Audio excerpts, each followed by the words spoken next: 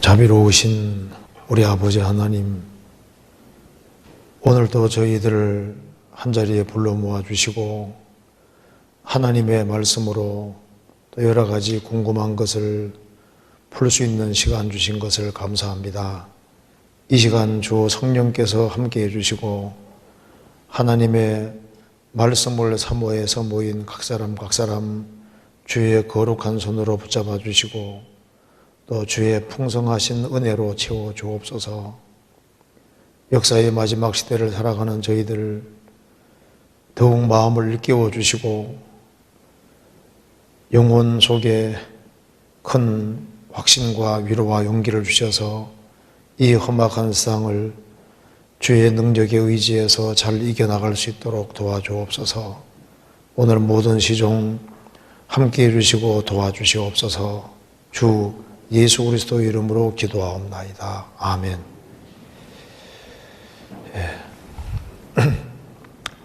여기 질문이 그렇게 많이 안 나와 있습니다. 그래서 빨리 끝나면 좋죠? 몇 시에 끝날지 모르겠습니다. 한번. 첫 번째 질문 한번 봅시다. 여기 먼저 주일 말씀, 수요 말씀, 구역 모임 때 성경책과 찬송가 대신에 아이패드 같은 전자기기를 이용해서 말씀을 보는 경우가 있습니다. 이렇게 해도 괜찮은 것인지 알고 싶습니다. 또 모임 시간에 스마트폰을 사용, 문자, 카톡, 인터넷 검색 등을 하는 경우가 점점 많아지는 것 같습니다. 이것에 대해서 말씀으로 답을 해주시면 좋겠습니다. 이게 참 중요한 질문입니다. 주일 말씀, 수요 말씀, 구역 모임 때 성경과 찬송가 대신에 아이패드 같은 전자기기를 이용해서 말씀을 보고 성경책과 찬송가를 안 가지고 온다고 말입니다. 근데 이게 과연 이래도 괜찮냐? 어떻게 생각하세요? 이게 합당하지 않습니다. 왜냐하면은 이 성경책을 가지고 찬송가를 가지고 오는 것이 원칙이 되어야 됩니다. 그래서 여기에 기계를 옆에 가지고 이렇게 있게 되면요, 지루하게 되면은 딴 데를 보거든요. 그리고 자기가 가지고 있는 성경책을 좀 달아서 아주 익숙하게 만드는 게 필요한데, 기계 가지고는 줄도 마음대로 걸 수 있는 것도 아니고, 그게 신앙이 발전하는데 기계 보는 것이 크게 도움이 안 돼요. 그래서 실제로 성경책을 가지고 그리고 찬송가를 가지고 다니는 것이 현명하고, 그리고 이제 아이패드나 이런 걸 가지고서 이제 핸드폰 가지고서 그거 보면 찬송 부르고 성경 찾고, 이것이 과연 합당하냐? 그게 신앙적으로 손해보는 길로 갈 겁니다. 일단 그 마음 태도부터 바르지 않잖아요. 근데 이제 뭐 예외적으로 그런 경우가 있을지 모르지만 그 예외를 안 만드는 게 좋은 겁니다. 성경에 책을 보는 자가 복이 있는 거예요. 책을. 아이패드 보는 자가 복이 있는 게 아니라 성경책을 보는 자가 복이 있습니다. 책을. 그래서 이걸 교회 안에서는 이게 예의가 아닙니다. 이 지루함을 이 사람이 이제 지루한 것을 못 견디는데 그게 안 좋아요. 지루하면은 핸드폰 가지고서 이게 딴 걸 자꾸 보게 되고, 성경책만 가지고 있으면요, 뭐 딴 걸 볼 수 없잖아요. 그래서 이 스마트폰이라든가 아이패드 그걸 옆에 두고 그걸 성경책 대신으로 사용한다든가 그건 합당하지 않습니다. 그게 하나님 앞에 합당하지 않아요. 그래서 성경책을 가지고 와서 한번 성경에서 봅시다. 신명기 17장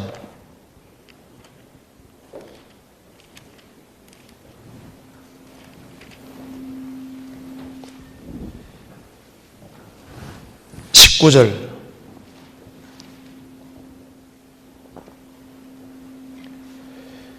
평생에 자기 옆에 두고 읽어서 그 하나님 여호와 경외하기를 배우며 이 율법의 모든 말과 이 규례를 지켜 행할 것이라.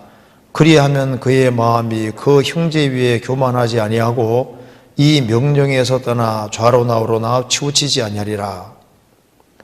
이스라엘 중에서 그와 그의 자손의 왕위에 있는 날이 장구하리라. 이게 평생에 자기 옆에 두고 읽어서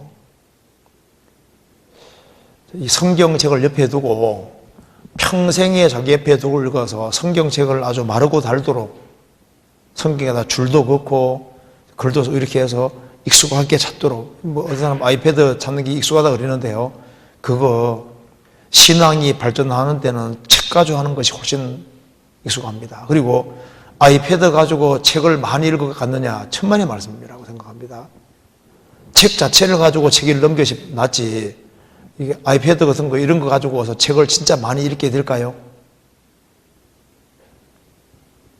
실제로 이제 한 달이면 한 달 지나가는 가운데 정말 아이패드 같은 걸 가지고서 이제 스마트폰 가지고서 책 읽는 거하고 정말 책을 붙잡고 책 읽는 거하고 비교했을 때 어느 쪽이 책을 더 열심히 읽게 되는 것일까요? 아니에요. 이 사람은 이 지루하게, 원래 이 지루하게 느껴지면은 책 읽는 게 지루하거든요. 걸리는 게 생각보다 쉬운 게 아닙니다. 그래서 여기 이제 만일 말씀을 들을 때 성경 두지 않고 아이패드나 이런 것을 둔다면은 그것만 가지고 성경 구절만 찾겠냐 그 말입니다. 설교하는 게 지루하다 싶으면 딴 데 이렇게, 그러니까 사람이 이게 합당하지 않습니다. 그리고 성경책을 가지고 다니는 게 습관이 되어야 되는 겁니다. 평생에 자기 옆에 두고 읽어서 그 하나님 여호와 경외하기를 배우며 이 율법의 모든 말과 이 규례를 지켜 행할 것이라. 그리하면 그의 마음이 그 형제 위에 교만하지 아니하고, 그리고 교회 식구들이 다 성경책을 가지고 오는데 자기는 스마트폰 가지고 이렇게 보고 있다든가 이렇게 하면요, 그 예의도 안 받는 거예요. 그리고 이게 이제 모임 시간에 스마트폰을 사용해서 문자, 카톡, 인터넷 검색 등을 하는 경우가 점점 많아진다. 이게 이 사람, 이렇게 하는 분들은 모임이 뭔지를 모르는 겁니다. 우리 그리스도인들이 모이는 모임이라는 게 도대체, 성격이 모임이 도대체 뭐예요? 주님이 함께하는 자리인 겁니다. 그냥 사람들이 그냥 모여서 그냥 찬송 몇 줄 부르고 설교 감상하고 가는 곳이 아닙니다. 만일 그런 마음 태도 가지고 모인다면은 그런 사람은 절대 신앙이 발전하지 못할 겁니다. 일단 태도부터 옳지 않잖아요.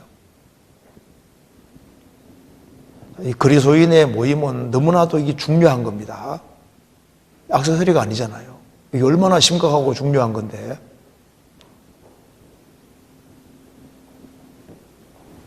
성경 출애굽기 20장 봅시다.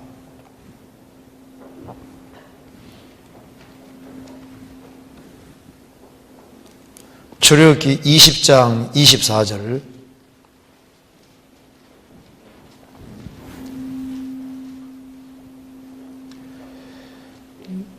내게 토단을 쌓고 그 위에 너의 양과 소로 너의 번제와 화목제를 드리라.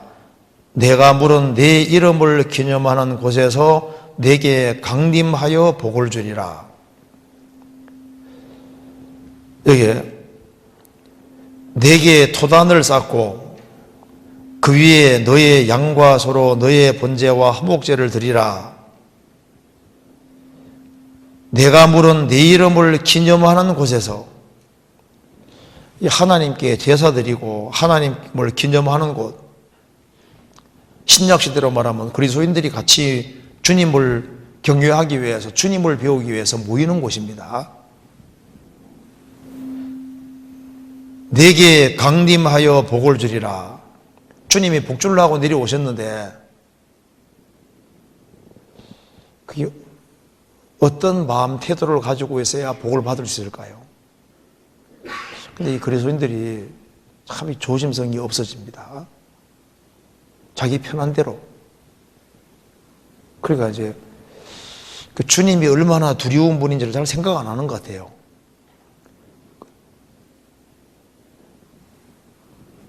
우리 설교 감상하려고 모이는 게 아닙니다. 같이 모이는 게 그냥 형제자매 얼굴 보려고 모이는 게 아니잖아요. 그러니까 모임이 뭔지를 잘 모르는 거예요. 모임이. 시편 89편 찾아봅시다.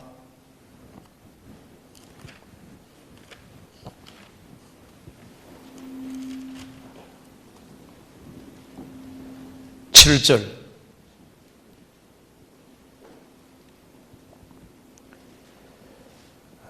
하나님은 거룩한 자의 회중에서 심히 음미하시오며 둘러있는 모든 자 위에 더욱 두려워할 자신이다.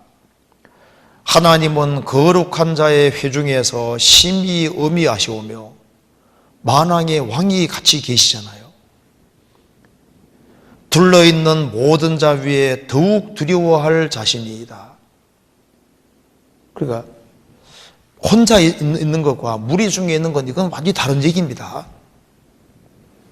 무리 중에 그리스도인들이 같이 모이는 무리 가운데 들어올 때는 이거는 자기 집이 아니에요. 그리스도인들이 같이 모임을 위해서 같이 모일 때는 성경에 뭐라 했습니까? 두세 사람이 내 이름으로 모인 곳에는 나도 그들 중에 있느니라. 주님이 같이 계시는 곳입니다. 내가 저희 가운데 거하며 두루 행하여 구원받은 무리들이 뭐 구역 모임을 하든 뭐 조모임을 하든 같이 이렇게 모임을 할 때 주님이 같이 계시는 거예요. 그렇잖아요.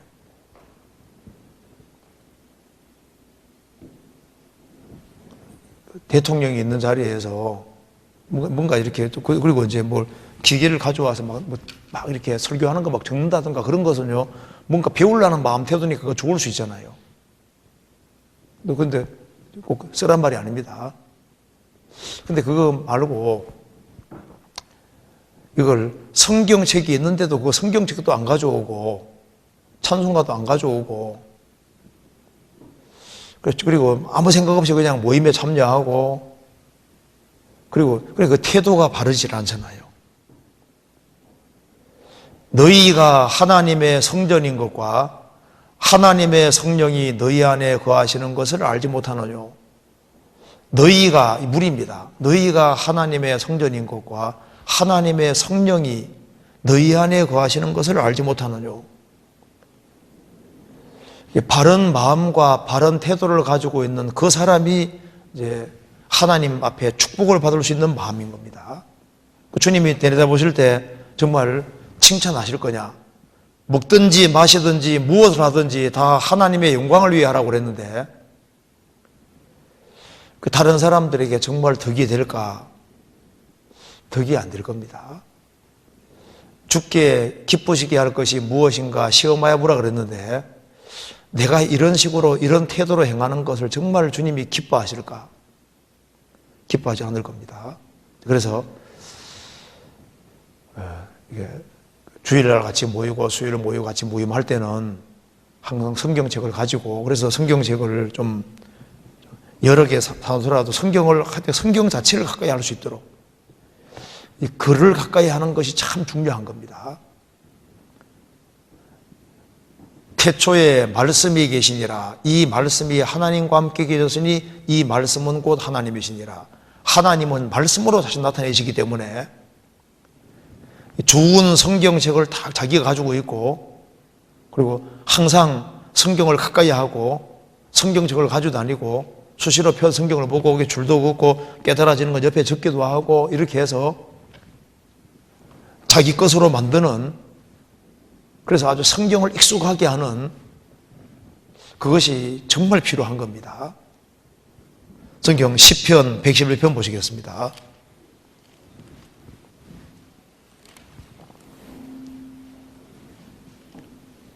2절 같이 읽어보겠습니다. 여호와의 행사가 크시니 이를 즐거워하는 자가 다 연구하는도다. 여호와의 행하신 일이 크시니 이를 즐거워하는 자가 다 연구하는도다. 그런데 이 성경을 열심히 읽을 때 있잖아요. 읽을 때 모르는 건 넘어가고, 그리고 이제 뭐 간단한 주석 같은 걸 보는 건 뭐 괜찮을지라도 성경책에는 뭐가 안 써 있는 게 좋아요. 그러니까 성경 자체만 가지고 매달리는 것이 좋은 겁니다. 그래야만 하나님이 하나라도 깨닫게 해주지. 그래서 선입관 없이 성경 자체를 가까이 하고 이제 그게 필요합니다. 그런데 이제 이거 보기 전에 막 다른 해석 같은 거 많이 보고 이렇게 해가지고는요, 신앙이 발전하지 못합니다. 그러니까 자기 스스로가 성경을 익숙하게 읽도록 하기 위해서, 그래서 참 성경을 아주 가까이 하는 사람 보면요, 진짜 그 사람은 신앙생활 발전할 수 있습니다. 어떤 사람은 성경은 안 읽고 다른 책만 또 잔뜩 읽어요. 그 사람이 정말 건강한 신앙이 될 수 있겠냐 그 말입니다. 책을 읽더라도 좋은 책을 읽으면 얼마나 좋아요. 사람은 영적인 존재이기 때문에, 영혼이기 때문에 하나님은 말씀으로 자신 나타내십니다. 그래서 이 말씀과 글이 굉장히 중요한 문제인 거예요. 그래서 무엇을 보고 무엇을 듣는가 삼기나 상반한 말씀대로 우리가 적어도 교회에 나올 때는 성경 가지고 나와야죠. 구역 모임, 주모임 갈 때는 당연히 성경책 가지고 나와야죠. 이게 두꺼운 거 가지고 다니기 귀찮다고 해가지고 스마트폰 하나 딱 들고 다니고 그거 가지고 보고, 그 성경책을 안 가지고 다니는 건 합당하지 않습니다. 그리고 찬송가도 같이 다 가지고 다니고 그렇게 하는 것이 좋을 것 같아요. 이거 보니까 이건 주일날 다 들어야 되는 건데, 그죠? 이 얘기는 주일날 한번 다 있는 자리에서 다 한번 하는 게 필요하리라고 생각도 듭니다. 그래서 하나님께서 내려다 보실 때 이 하나님 말씀을 듣고 같이 교제할 때 성경을 두고 찬송가를 두고 성경 자체만 가지고 같이 이렇게 하면서잖아요. 그걸 하는 것을 주님이 좋아하시리라고 생각합니다. 무슨 예외적인 경우가 있을 수는 있지만은 부득이해서 뭐 이렇게 어디 급히 딴 곳에 갔다가 오느라고 뭐 성경 못 가져올 수도 있잖아요. 근데 그게 뭐 예외적으로 그런 경우가 있을 수는 있지만은 그게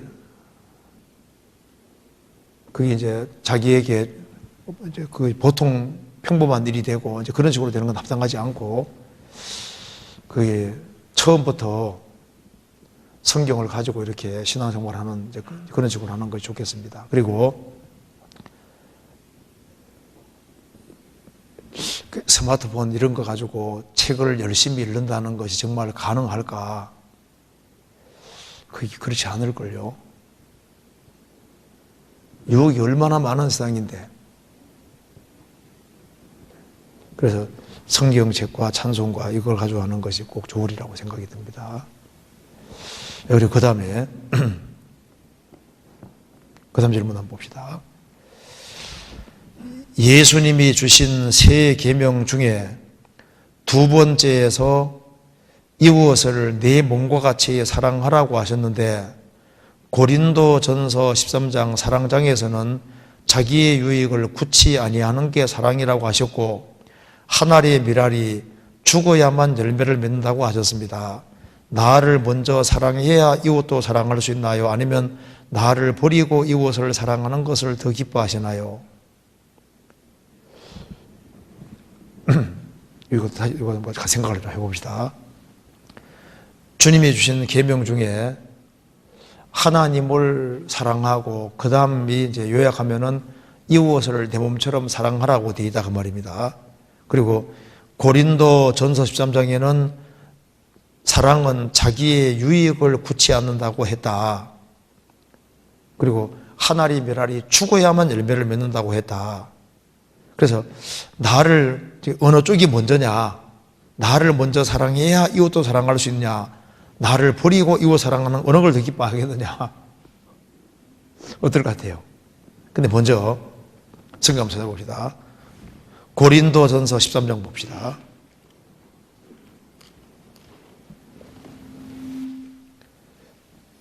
(13장) 5절입니다.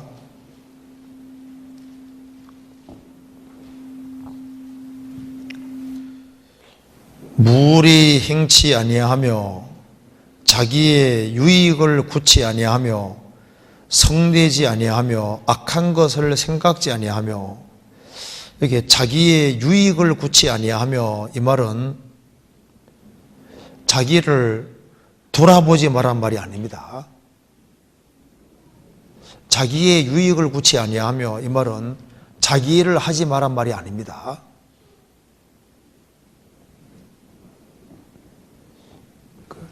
자기 몸처럼 사랑하라는 말은 자기 몸도 사랑하고 이웃도 사랑하란 말인 거예요. 이웃을 내 몸처럼 사랑하라 그 말은 내 몸도 사랑해야 된단 말입니까? 사랑하지 말아야 된단 말입니까? 그잖아요. 자기도 사랑해야 돼. 자기를 잘 관리하는 것이 이것도 사랑에 속하는 거예요. 그러니까 자기의 유익을 우치한단 말은 이타적이 되어야 될 것을 말하는 것이지 자기가 마땅히 해야 될 것을 하지 말아야 된다는 말이 아니다 그 말입니다. 뭘 이해되시죠? 자기 유익을 구하지 말란 말은 이기적이 되지 말라는 얘기지. 그러면 자기 할 일을 충실히 하고 자기를 준비시키는 것은 그건 이기적인 게 아닙니다. 자기가 병들어 누워버리면 다른 사람을 위해 살 수도 없잖아요. 그래, 자기 일을 충실히 하면서도 이타적일 수 있는 거예요. 그렇잖아요. 그래서 여기에 현숙한 여인 보면은 잠언 30절에 나와 있죠. 그 남편에게 선을 행하고 일상생활 속에서 얼마나 부지런하고 알뜰알뜰하게 모읍니다. 그 모으는 이유는 강권한 사람들, 불쌍한 사람들이 보이기 때문입니다. 그래서 그 이웃을 정말 불쌍히 생각하기 때문에 열심히 모았고, 그 다음에 자기 가족, 그 다음에 자기를 위해서도 방석을 만든다고 되어 있잖아요. 자기를 위해서도. 찾아볼까요? 잠언 봅시다. 31장.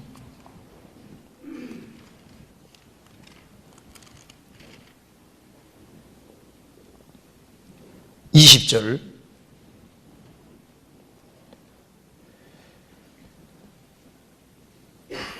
그는 간곤한 자에게 손을 펴며 궁핍한 자를 위하여 손을 내밀며 그 집 사람들은 다 홍색 옷을 입었으므로 눈이 와도 그는 집 사람을 위하여 두려워하지 아니하며 그는 자기를 위하여 아름다운 방석을 지으며 세마포와 자색 옷을 입으며.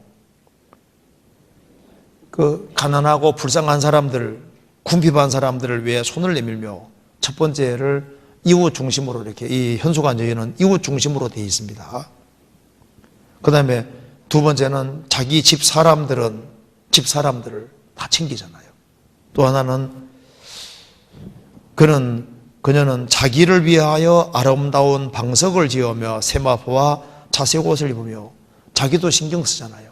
그러니까 우선권이 이웃이고 가족이고 하지만은 자기를 위해서도 신경을 씁니다. 그죠? 우리나라의 그 어머니 상은 오로지 뭘 위해 고생하는 상입니까? 자식을 위해서 뼈 빠지게 고생하다가 죽는 모습입니다. 그래서 오로지 자식이고, 그리고 자기는 안 돌봐. 근데 그게 아니에요. 현숙한 여인은, 성경에서 말하는 현숙한 여인의 상은 이웃 중심으로 되지만은 이웃 중심, 가족, 그리고 자기도 잘 간수하는 겁니다. 그래서 가끔 이렇게 노인분들에게 얘기할 때 자식에게 재산 몽땅 넘기지 말아라. 그 노년기에 자기 것도 좀 챙겨놔야 되거든요. 그러면 다 뺏기고 자식이 찾아오지 않는 경우도 있습니다. 돈을 좀 가지고 있으면요, 그래서 엄마 아버지가 좀 가진 것이 있으니까 인사라도 드리러 오고 그렇게. 그런데 몽땅 털린다면 이상하지만 몽땅 뺏기고 난 후에는 안 찾아와. 가진 것이 없거든요. 그래서 이게 자기를 위한 것이, 이웃을 위한 것이 될 수도 있는 겁니다. 그리고 이제 우리 주님 모실 그날까지 신앙생활 잘해야 되기 때문에 균형을 잘 잡는 것이 필요한 거예요. 그래서 여기에 자기를 또 돌아보고 다른 사람 일을 돌아보느라고 자기를 안 돌아보는 것은 그것도 합당하지 않습니다. 성경 한번 찾아봅시다. 빌립보서 2장입니다. 2장 4절. 우리는 세 가지를 해야 되는 겁니다. 2장 4절. 각각 자기를 돌아볼 뿐더러 또한 각각 다른 사람들의 일을 돌아보아 나의 기쁨을 충만케 하라. 또 한 군데 봅시다. 21절. 저희가 다 자기 일을 구하고 그리스도 예수 일을 구하지 아니하되 디모데 연단을 너희가 하나니 자식이 아비에게 함같이 나와 함께 복음을 위하여 수고하였느니라. 이 말씀 보면 각각 자기 일을 돌아보아, 자기 일을 돌아보면 대로 그 자기 일이 나오고, 또 각각 다른 사람들의 일을 돌아보아, 다른 사람들의 일. 그 다음에는 21절에 그리스도 예수의 일, 이게 복음에 관계되는 겁니다. 그래서 세 가지 일이 같이 연결되어야 되는 거예요. 그래서 자기도 돌아보고 자기 일도 돌아보고 그리고 다른 사람 일도 돌아보고 더 그리스도 예수의 일을 또 구해야 되는 겁니다. 그래서 이게 이제 이웃을 내 몸같이 사랑하라, 그 말은 너의 몸을 사랑하는 건 본성이지 않습니까? 자기 몸을 사랑하는 것처럼 그런 식으로 이웃을 사랑하는 목표가 되는 겁니다. 근데 자기 몸을, 자기 이웃을 자기 몸처럼 사랑하는 사람은, 그 표준에 완전히 도달한 사람은 그렇게 많지 않을 겁니다. 그잖아요. 그래서 그게 목표가 되는 거고, 그래서 자기를 사랑하는 것이, 자기 아내를 사랑하는 것은 자기를 사랑하는 거라고 생각이 되어 있잖아요. 왜? 아내는 자기 몸과 같으니까. 그래서 자기를 정말 사랑할 줄 아는 사람, 그런 마음 가지고 아내도 사랑해야 될 것을 말씀하고 있습니다. 그래서 여기에 내 이웃을 내 몸같이 사랑하라 하셨는데, 그렇죠. 사랑은 자기의 유익을 굳지 않는다는 말은 이기적이 되지 말아야 될 걸 말하는 겁니다. 분명히 나의 도움을 필요로 하는데, 내가 분명히 도와줄 힘이 있는데, 근데 또 도와주는 것이 이타적인 거잖아요. 이기적이 말고 이타적이 될 것을 말씀하는 겁니다. 그리고 또 때로는 자기를 지켜야 할 때도 있고 자기를 버리고 희생해야 될 때도 있는 겁니다. 그래서 여기에 자기의 유익을 굳이 아니하고, 그 말 뜻은 성경 한번 봅시다. 고린도전서 10장 봅시다.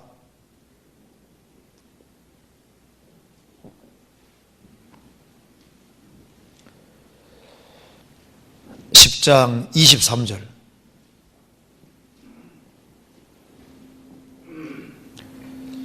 모든 것이 가하나 모든 것이 유익한 것이 아니요 모든 것이 가하나 모든 것이 덕을 세우는 것이 아니니 누구든지 자기의 유익을 굳지 말고 남의 유익을 구하라. 그러니까 자기의 자유로 덕을 세우는 것이 필요하고, 자기의 유익을 굳지 말고 남의 유익을 구하라. 그래서 자기 유익 구하다가 다른 사람이 넘어지면 안 되잖아요. 우리의 가진 자유는 다른 사람을 세우는 자유이기 때문에 이렇게 말했습니다. 고린도전서 10장 31절부터 33절까지 같이 읽어보겠습니다. 그런즉 너희가 먹든지 마시든지 무엇을 하든지 다 하나님의 영광을 위하여 하라. 유대인에게나 헬라인에게나 하나님의 교회나 거치는 자가 되지 말고 나와 같이 모든 일에 모든 사람을 기쁘게 하여 나의 유익을 구치 아니하고 많은 사람의 유익을 구하여 저희로 구원을 얻게 하라. 여기 먹든지 마시든지 무엇을 하든지 다 하나님의 영광을 위해 하라. 그래서 우리 영혼 몸 전체가 주님의 것이기 때문에 이제 영혼 몸을 잘 관리하는 것도 하나님 영광을 위해서입니다. 우리가 절제하는 것도 주님 영광을 위해서고, 내가 무슨 자유가 있지만은 자유를 제한시키는 것도 주님께 영광되고 다른 사람이 걸려 넘어지는 일이 없도록 하기 위해서입니다. 왜 술을 안 먹느냐, 왜 담배 안 피우느냐, 그게 건강을 해치고 몸에 안 좋지 않습니까? 그러니까 주님의 것이기 때문에 주님의 것을 잘 관리하려고 하는 이것도 자기를 사랑하는 것이 되는 거예요. 그리고 그렇게 하는 것이 또 다른 사람이 구원받는 데 도움이 되는 거거든요. 그래서 여기 이제 주의 것을 주의 것으로 알고, 그리고 이제 사랑하는 사람은 이웃도 사랑할 수 있을 겁니다. 그래서 주님을 사랑하는 사람은 그 주님 사랑하는 마음 때문에 이웃도 사랑할 수 있고, 주님을 정말 사랑하는 사람은 자기도 귀하게 여기게 되는 겁니다. 그래서 여기 어떤 사람은 남의 유익을 구한다고 하면서도 자기 건강을 완전히 해쳐서 좀 더 귀하게 쓰임받을 수도 있는데 균형을 안 잡아서 이제 길게 쓰임받지 못하는 사람이 있을 수도 있고, 여러 가지 경우가 있습니다. 어쨌든 간에 이게 좀 중요한 질문인데요. 자기의 유익을 구취한다는 것은 희생하는 것을 말하는 겁니다. 희생하고 수고하는 걸 말하는 겁니다. 그런데 이것이 어느 것이 먼저고 어느 것이 나중이고 이거 너무 따지지 말아요. 따질 필요 없어요. 따질 필요 없고, 주님 앞에서 내가 어떻게 하는 걸 주님 원하시는가 생각하면 거의 답이 나오게 되어 있습니다. 그래서 무엇이 먼저고 나중이고 할 것이 아니라 우리가 범사에 주님을 인정하고 주님 앞세우고 살아가면 주님께서 어떻게 할 것을 알게 해주시고, 그리고 주님께서 도와주실 겁니다. 그래서 건강치 않은 사람은 건강에 신경을 쓰는 것이 주님 뜻이 되는 거예요. 그리고 건강이 회복돼야만 봉사도 할 수 있고 전도도 많이 할 수 있잖아요. 내가 몸 상태가 안 좋다 그러면요, 건강을 얼마 동안 회복시키는 기간을 갖는 것이, 그것도 주님을 위한 것이라면 그게 가한 거다 그 말입니다. 그렇잖아요. 그래서 때로는 자기를 위한 것이 이웃을 위한 게 되는 거예요. 그래서 아내가 건강하면 남편의 일을 돕는 게 되는 거거든요. 그렇지 않습니까? 그래서 자기를 사랑하는 사람은 자기도 사랑하면서 이웃 사랑한다고 얼마나 좋겠습니까? 그런데 목적이 확실하면은 먹든지 마시든지 뭘 하든지 다 하나님 영광을 위해 하기로 작정을 하고 작심을 하고 살아가면은, 그러면은 자기도 잘 조심하고, 그리고 이제 힘을 잘 기르고 비축해서 필요할 때 적극적으로 사용을 이렇게 하게 되는 겁니다. 때로는 우리가 복음 때문에 죽어야 될 수도 있습니다. 사실 옛날에는 선교하러 가다가 많이 죽었습니다. 지금은 아주 안 죽는 편입니다. 뭐 죽는 일이 드문 경우인데, 옛날에는 선교 가면 죽는 게 다반사입니다. 선교지 가기 전에 죽는 사람들도 많이 있는 거예요. 그래서 이웃을 더 사랑하기 위해서는, 그래서 이웃을 사랑하기를 더 갈망하고 2차적으로 살기를 갈망하면 갈망할수록 그 사람은 자기를 더 절제하고 더 통제하게 되는 것이 맞는 거예요. 그러니까 이웃을 사랑하는 사람은 자기를 사랑하게 되는 게 맞고, 또 자기만 사랑하면 합당하지 않잖아요. 그러니까 하나님을 사랑하고 이웃을 사랑하고 이웃에게 뭔가 유익을 끼치기를 원하는 마음이 간절하게 있는 사람은, 그런 사람은 자기를 더 통제하고 더 다듬고, 그리고 이제 살인 막 너무 찐다 싶으면요, 주님 일을 해야 되니까 자기 살도 좀 빼려고 노력하고, 그게 다 주님 영광을 위해서라고 하는 그 목표가 확실하면은 주님 영광을 위해서라는 그 목표가 확실하고 주님 중심이 확실한 사람은 이웃 중심이 되게 돼 있고 그러면은 자기를 사랑하게 되게 돼 있다니까요. 그런데 자기만 사랑하고 그럼 합당하지 않지만은 주님이 먼저고 그 다음에 이웃이 그 다음이고 그 다음에 그러면은 자기가 세 번째로 되는 동시에 자기를 정말 사랑하고 아끼게 되는 거예요. 그래서 우리가 주님 영광을 위해 살아야 되겠다 그런 마음이 확실하게 있는 사람은요, 이제 이게 몸을 굉장히 조심합니다. 사실 여기에 제가 이제 이렇게 보면은 미국에 있는 그리스도인들은 진짜 몸을 아끼더라고요. 그 보면서 야, 아주 먹는 것도 잘 가려 먹고 몸 하나밖에 없기 때문에 몸으로 영광 돌리라고 그랬으니까 얼마나 이 건강 신경을 많이 쓰는데, 근데 저는 한국 사람이기 때문에 한국 사람들은 지금은 좀 건강 신경 쓰지만 옛날에는 건강 신경 잘 안 쓰지 않습니까? 제가 미국에 이제 인터넷으로 이렇게 설교 들어보고 이제 그 설명 들어보면요, 미국 그리스도인들은 주님을 위해 살 것이 몸밖에 없기 때문에 정말 주님을 위해서 충실히 사는 사람일수록 정말 이게 몸을 잘 이렇게 간수 잘하려고 노력을 많이 하고 그렇게 하더라고요, 실제로. 그래서 그러니까 여기에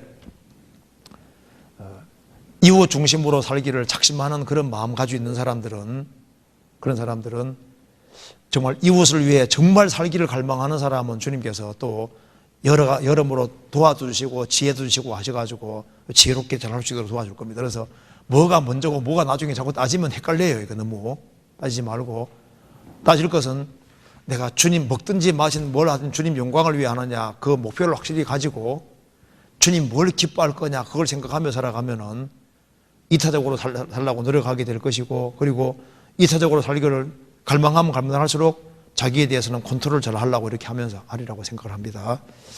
예, 여기까지 말씀드리고 그 다음 질문 보겠습니다.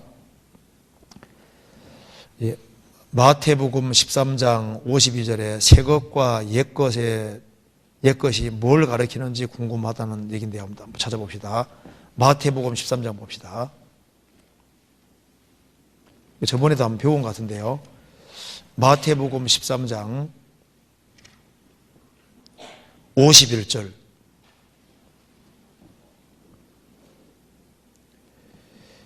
이 모든 것을 깨달았느냐 하시니 대답하되 그러하오이다.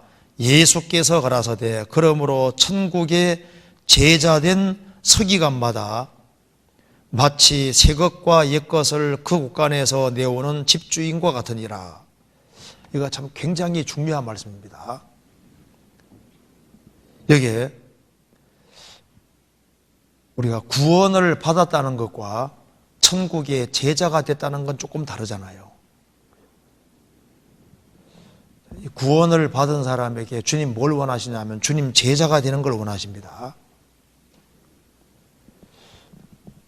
주님은 선생님이시고 우리는 제자입니다. 그래서 천국에 구원 받았을 뿐 아니라 천국의 제자가 되는 것이 필요하고, 주님의 제자가 되기 위해서는 모든 것을 각오하고 주님을 따라야만 주님의 제자가 될 수 있습니다. 그런데 주님의 제자 중에서도 주님의 제자된 서기관마다, 서기관은 성경을 이 당시에 필사하는 사람들입니다. 평생 성경을 뺏기는 사람이니까 성경을 아주 익숙하게 잘 아는 사람입니다. 그래서 천국에 가게 된 것뿐 아니라 천국의 제자가 됐고 주님의 제자가 됐고 구원받고 주님의 제자가 됐을 뿐 아니라 정말 성경을 부지런히 배워서 천국의 제자된 서기관마다 성경을 아주 익숙하게 아는 사람을 가리키는 겁니다.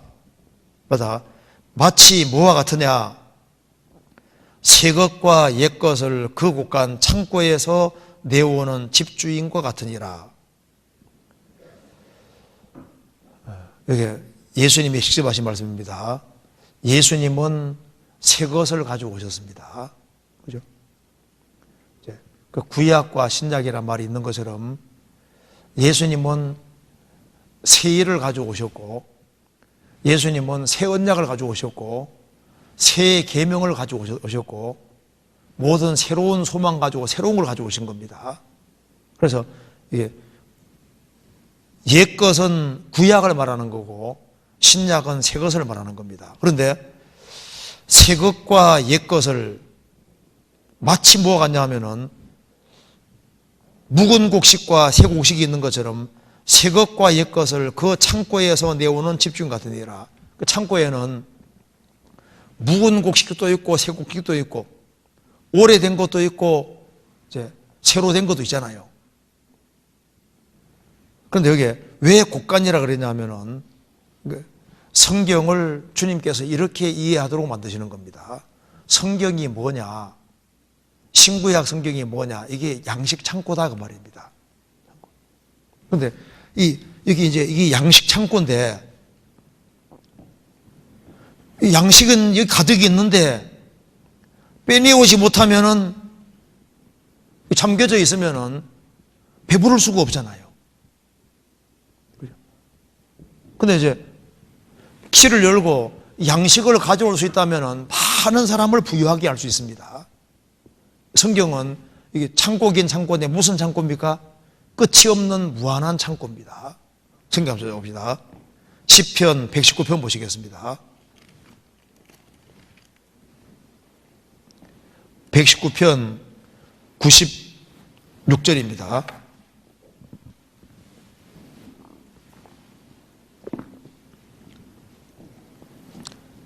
같이 읽어보겠습니다. 내가 보니 모든 완전한 것이 다 끝이 있어도 주의 계명은 심히 넓으니이다. 내가 보니 모든 완전한 것은 다 끝이 있는데 주의 계명은 심히 넓습니다. 끝이 없다 그 말입니다. 그래서 이 성경은 진짜 무궁무진한 책입니다. 양식 창고인데 양식이 이 속에 얼마나 많이 들어있는지 몰라요. 그래서 예수님 말씀하시기를 사람이 떡으로만 살 것이 아니요 하나님 입으로 나오는 모든 말씀으로 살 것이니라. 이 성경 말씀이 떡이고 온갖 양식인 겁니다. 여기에 양식은 다 들어있는데 문제는 이게 약으로 말하면 이게 만병통치약인데 약은 가득 있는데 이게 빼내오지 못하면 치료받지는 못하잖아요. 그래서 위로받지 못하는 사람에게는 성경의 위로의 말씀이 얼마나 많아요. 이걸 딱 끄집어내서 그 약을 처방해 주면은 뭐가 됩니까? 위로가 딱 용기가 생기잖아요. 경제적으로 너무 어려운 사람들도 성경에서 보면은 약속의 말씀이 얼마나 많아요. 그걸 딱 끄집어내서 여기 딱 해주면은 그 사람이 살맛이 나게 돼 있거든요. 뭐 사업에 부도날 수도 있고 집안에 아주 심각한 일이 생길 수도 있고 그런데 이 성경은 어떤 영혼이든지 소성케 하는 힘이 있다 그 말입니다. 힘이 있는데 누가 이것을 끄집어내느냐? 천국에 제하된 서기관 마다라고 했으니까 혼자가 아닙니다. 우리가 전도하는 사람, 목회하는 사람이 아닐지라도 성경에 익숙한 사람들이 있습니다. 제가 지방에서 한 사람의 어머니가 사용하던 그 노트 있지 않습니까? 그걸 카피를 해가지고 이만큼 보내줬거든요. 이야, 그분 보면요. 그 전도자가 아니고 그냥 평범한 하나의 자매인데 성경 공부를 얼마나 열심히 했는지 몰라요. 모임에 부지런히 가서 막 부지런히 적고 또 정리하고 이렇게 해가지고 다 아주 책처럼 만들어가지고 공부를 아주 무진장히 했습니다. 그리고 아주 성경에 아주 익숙한 사람이 돼 있는 거예요. 평신도인데.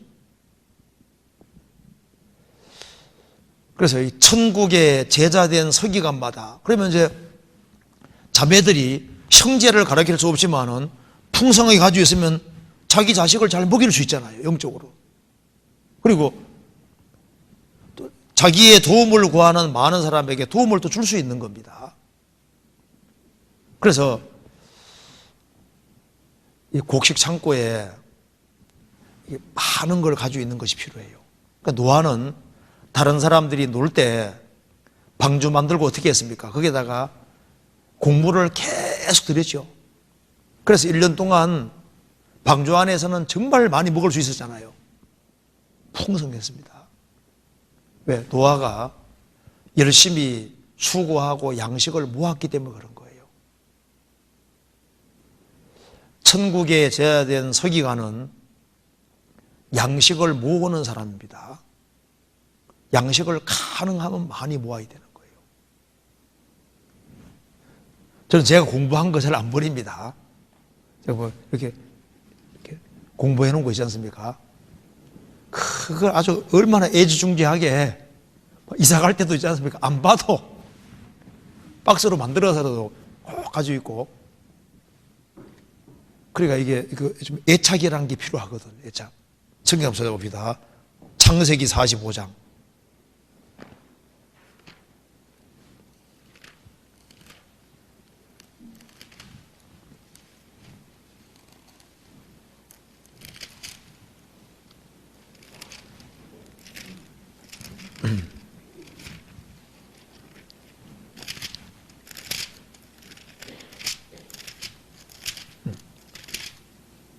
아, 41장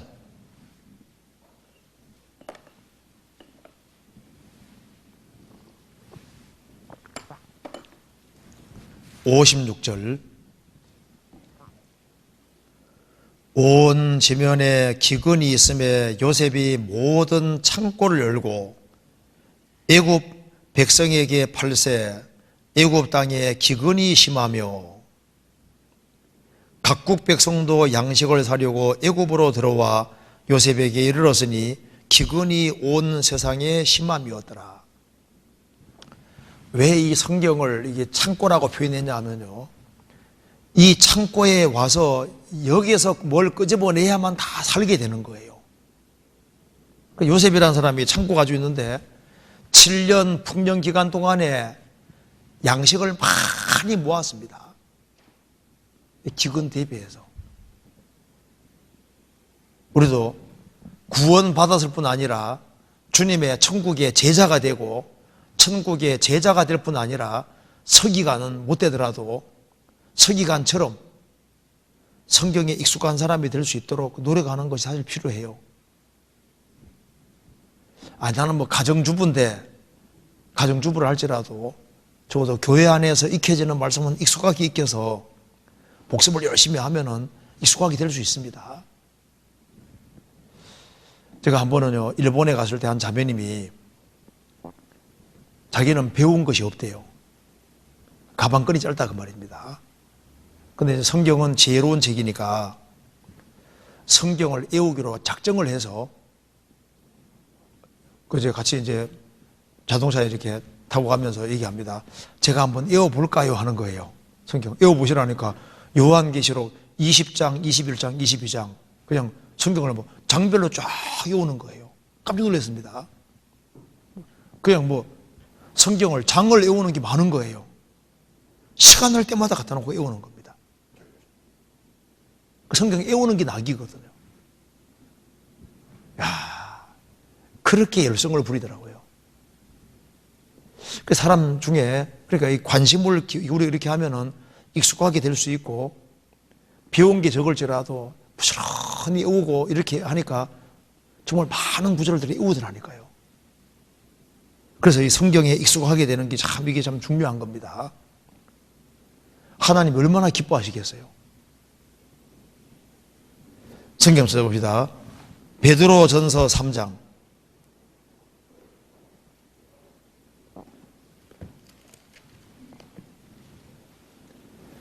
15절.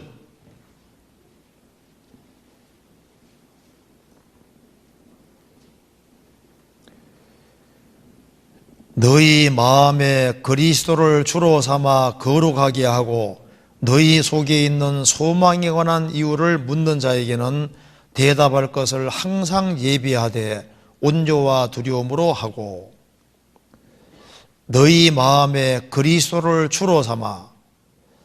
구원받을 때 우리 영속에 주님이 들어오셨습니다. 그런데 여기는 너희 마음에 그리스도를 주로 삼아, 이 마음의 중심에 주님이 주인이 될 것을 말씀하는 겁니다. 너희 마음에 그리스도를 주로 삼아. 마음은 자기가 중심이 될 수도 있고 일시적으로 마귀가 중심이 될 수도 있습니다. 그런데 너희 마음에 그리스도를 주로 삼아, 그리스도를 주인으로 삼아 거룩하게 하고 그리스도를 주인으로 삼을 때 죄에서 구별되게 되고 바르게 살 수 있게 되는 겁니다. 그 사람이 주님을 마음에 모시고 살면은 그때부터 이제 사람이 변하기 시작하는 겁니다. 그래서 그러면 너희 마음에 그리스도를 주로 삼아 그렇게 하게 하고, 마음에 주를 그리스도 삼는 게 어떻게 하는 걸까요? 성경 중심이 되는 걸 말하는 겁니다. 그리스도를 높이는 것은 곧 성경을 높이는 게 되는 거예요. 그래서 주님을 마음에 품은 것은 하나님 말씀을 마음에 품는 겁니다. 그렇지 않습니까? 내가 주께 범죄치 아니하려 주의 말씀을 내 마음에 두었나이다. 그러니까 너희 마음에 그리스도를 주로 삼아 거룩하게 하고, 너희 마음에 그리스도를 주로 삼아, 그러니까 마음에 말씀이 주가 되고 말씀이 중심이 되면은, 말씀 가까이 하면은 죄는 멀어지게 되는 거고, 말씀 중심이 안 되면은 죄가 가까워지게 되는 겁니다. 너희 마음에 그리스도를 주로 삼아 거룩하게 하고, 그리고 너희 속에 있는 소망, 그리스도를 주로 삼고 살아가는 사람, 그 사람에게는 너희 속에 있는 소망, 구원받은 사람은 틀림없이 있는 것이 있는데 이게 소망입니다. 그리스도인의 마음속을 뒤지고 들어가면은 그 속에 틀림없이 소망이라는 게 들어있는 거예요. 소망에 다시 있습니다. 소망이 속에 없다면은 그리스도인이 아니죠.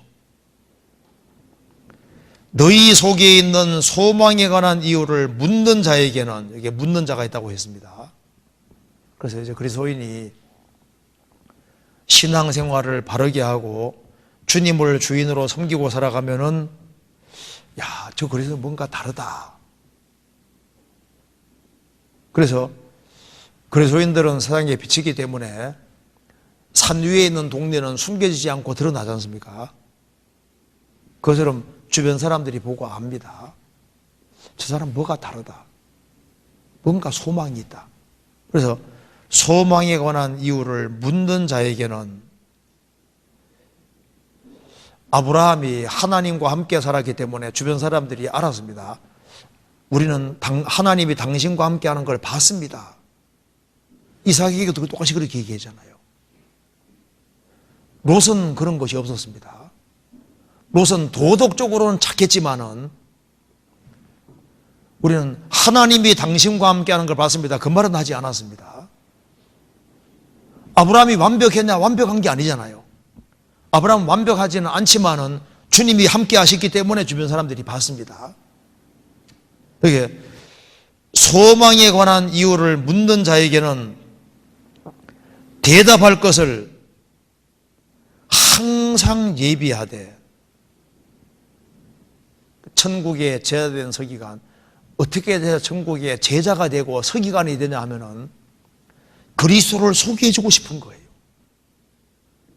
우리가 이제 성경을 배우고자 하는 열망을 왜 갖냐 하면은 소망에 관한 이유를 묻는 자에게 뭐 할 말이 있어야 되는 거야. 그리스도인들은 그리스도를 소개시켜 주고 싶고 알려주고 싶기 때문에, 그래서 예비하는 사람이 되는 겁니다. 뭘 써먹으려고 예비를 하는 게 아니고, 그리스도를 증거해주고 그리스도의 복음을 다른 사람에게 전해주고 싶은 마음 때문에 그것이 동기가 되어서 예비하고, 그런 사람은 주님이 또 예비할 수 있게 도와주시는 겁니다. 성경을 만일 자기가 써먹으려고 그러고 이용해 먹으려고 그러면 주님이 안 깨닫게 해줍니다. 그런 사람에게는 성경 열릴 수가 없어요. 천국에 제자된 서기관마다 새 것과 옛 것을 곳간에서 내오는 집주인과 같으니라. 곳간에서 이거 내올 때 하나님이 아무에게 열어주는 게 아니잖아요. 합당한 사람에게 열어주는 겁니다. 그래서 이게 항상 예비하되 온유와 두려움으로 하고, 그래서 우리가 우리에게 나오는 사람들, 우리가 접촉하는 사람에게 전해줄 것이 있기 위해서 성경이 창고인데, 우리 마음의 창고 속에다가도 하나님 말씀을 많이 넣어두고, 그렇게 해서 우리가 접촉하는 사람에게 나눠줄 것이 있어야 되겠습니다. 성경 누가복음 12장 보시겠습니다.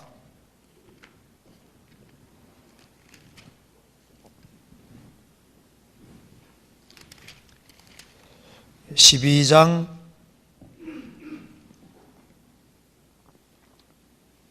42절.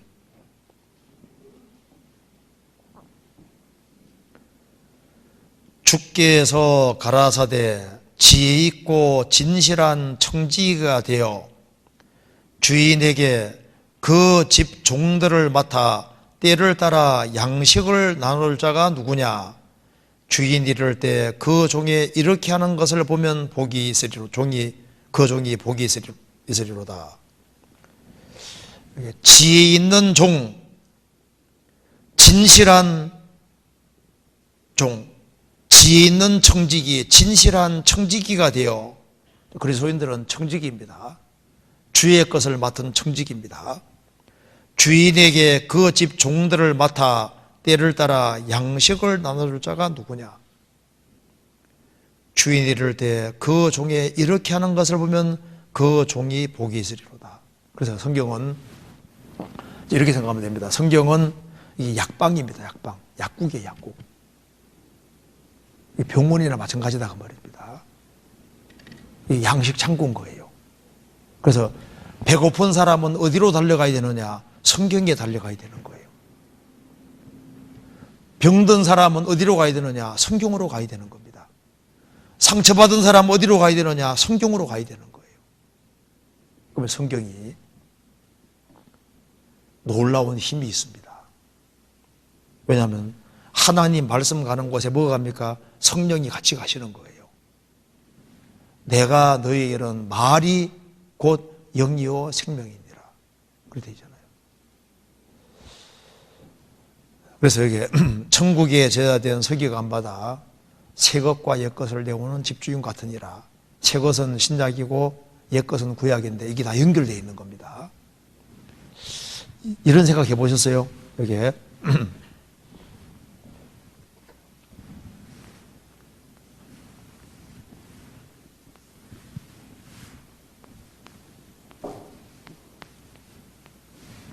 노아 식구들이 방주에 들어갔습니다. 노아 방주는 첫 번째 예수 그리스도 그린다지 않습니까? 그러면 이제 방주에 노아 8식구 들어가고 코로 숨쉬는 동물들 종류대로 한 쌍씩 들어갔습니다. 그리고 방주문이 딱 닫히고 방주문 닫히고 이제 세계적인 홍수가 왔을 때 이 방주 안에는 절대적으로 안전했습니다. 그죠? 절대적으로 안전했지만은 풍파가 있기 때문에 굉장히 고달프고 힘이 듭니다. 그죠? 자, 이 방주 안에 1년 동안 사는 것이 이게 힘든 거예요. 자, 이 배 안에서 세계적인 홍수가 나는 그 배 안에서 1년 동안 견딜 때 쉬웠을 것 같아요? 힘들었을 것 같아요? 힘이 틀림없이 많이 들었을 겁니다. 그러니까 한 사람이 구원받고 그리스도 안에 들어갔어도 안전은 하지만은 풍파는 있는 거예요. 막 파도가 밀려오고 막 배가 막 올라갔다가 내려갔다가 정신없이잖아요. 힘든 것이 있다 그 말입니다. 그러니까 이제 구원을 받아도 세상 사람들이 겪는 거 똑같은 거 겪을 수 있고 어쩌면 세상 사람들이 겪는 것보다 더 힘든 걸 겪을 수도 있는 거예요. 그렇잖아요. 홍수 왔을 때 다른 사람 당장 다 죽었을지라도 이 방주 안에 있는 동물과 사람들은 힘들었습니다. 그러니까 새로운 땅에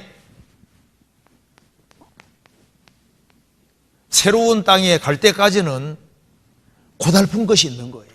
그래서 구원을 받았을지라도 내가 그리스도 안에 들어갔다 할지라도 어려움은 똑같이 그러니까 겪는데 내가 왜 그리스도인데 이렇게 힘든 것이 많냐 했을 때 원래 힘든다는 걸 알아요. 원래 똑같은 시련이 오고 똑같은 어려움이 오고 어쩌면은 구원받았기 때문에 더 힘들 수도 있는 거예요. 더 어려움이 올 수도 있는 겁니다. 구원받기 전보다 눈물이 더 많이 흐를 수도 있어요. 방주 안에 있으니까 막 방주가 위로 샥 올라갔다가 또 샥 내려갈 거 아니에요. 막 정신이 아주 혼동하고 안전하지만은 많은 어려움은 있는 거예요. 그런데 어떻게 견딜 수 있냐 하면은 파멸에서 건진받은 것에 대한 감사, 그리고 조금만 더 견디면 어디로 가는 겁니까? 새로운 땅이 준비되어 있잖아요. 우리도 마찬가지입니다. 우리도 왜 견딜 수 있냐 하면은 구원받은 것에 대한 큰 감사가 있고, 그리고 조금만 견디면은 새로운 땅이 준비되어 있잖아요. 그래서 견디는 것이지 고달프기는 마찬가지라니까요. 어려움은 똑같이 있는 겁니다. 그래서 이제 성경을 자꾸 보다 보면은 자연스럽게 이제 하나씩 정리가 되는 거예요. 아, 이거 이런 교훈도 되겠구나. 저런 교훈도 되겠구나. 그리고 이제 성경을 자꾸 가까이 하면은 단번에는 많이 깨닫게 해주지 않지만은 분량만큼 자기에게 도움되게 주님 만들어 주신다니까요. 그래서 성경은 누구든지 도움받게 돼 있는 거예요. 그리고 이건 창고이기 때문에 누구든지 주님 앞에 두드리고 하면요, 열어서 자기가 도움받게 돼 있다니까요. 누구든지. 그래서 이 크리스찬이 영적으로 만일 건강하지 아니하고 주님께로부터 주는 풍성한 것을 경험하지 못하고 살아가면은 신앙이 기울게 되는 거예요. 그리고 여기에 계시록 2장 찾아봅시다. 2장 17절 질문 한번 봅시다.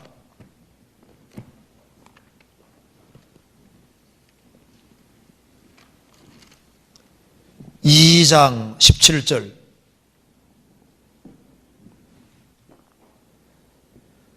같이 읽어보겠습니다. 귀 있는 자는 성령이 교회들에게 하시는 말씀을 들을지어다. 이기는 그에게는 내가 감추었던 만나를 주고 또 흰 돌을 줄 터인데 그 돌 위에 새 이름을 기록한 것이 있나니 받는 자밖에는 그 이름을 알 사람이 없느니라. 버가모 교회에 대한 말씀입니다. 자, 버가모 뜻이 뭔지 아시죠? 버가모는 결혼이라는 뜻입니다. 여기에 왜 이 버가모라는 성경에 이름마다 뜻이 있는데요. 에베소는 미끄러진다는 뜻이고 버가모는 결혼이라는 뜻인데, 구원받은 성도들이 세상과 짝하기 때문에 여기에 백그라운드 배경도 똑같습니다. 여기에 12절에 버가모 교회의 사자에게 편지하기를 좌우에 날선 금을 가진 이가 가라사대. 좌우에 날선 금을 가졌다고 되어 있죠. 주님께서 믿음은 칭찬했지만 행위는 칭찬하지 않았습니다. 13절 내가 어디 사는 것을 내가 아노니 거기는 사단의 위가 있는 데라.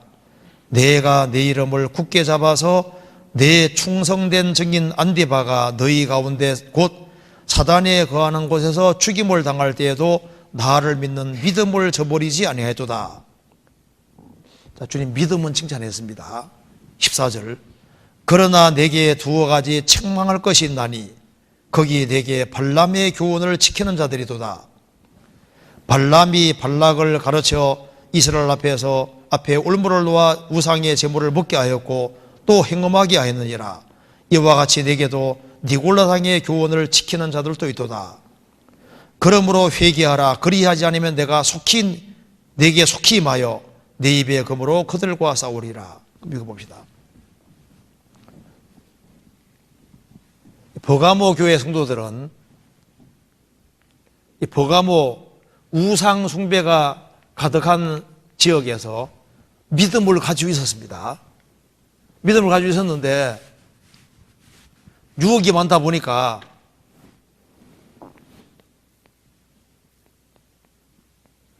행위에 있어서는 발람의 교훈을 지키고 니골라 당의 교훈을 지키고 그리고 우상의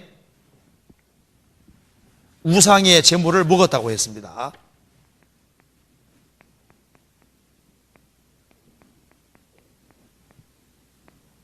주님께서 왜 좌우에 날선 금을 가진 분으로 나타나셨냐면 하면은 믿기만 하면 되는 것이 아니라 믿음과 행실은 연결되는데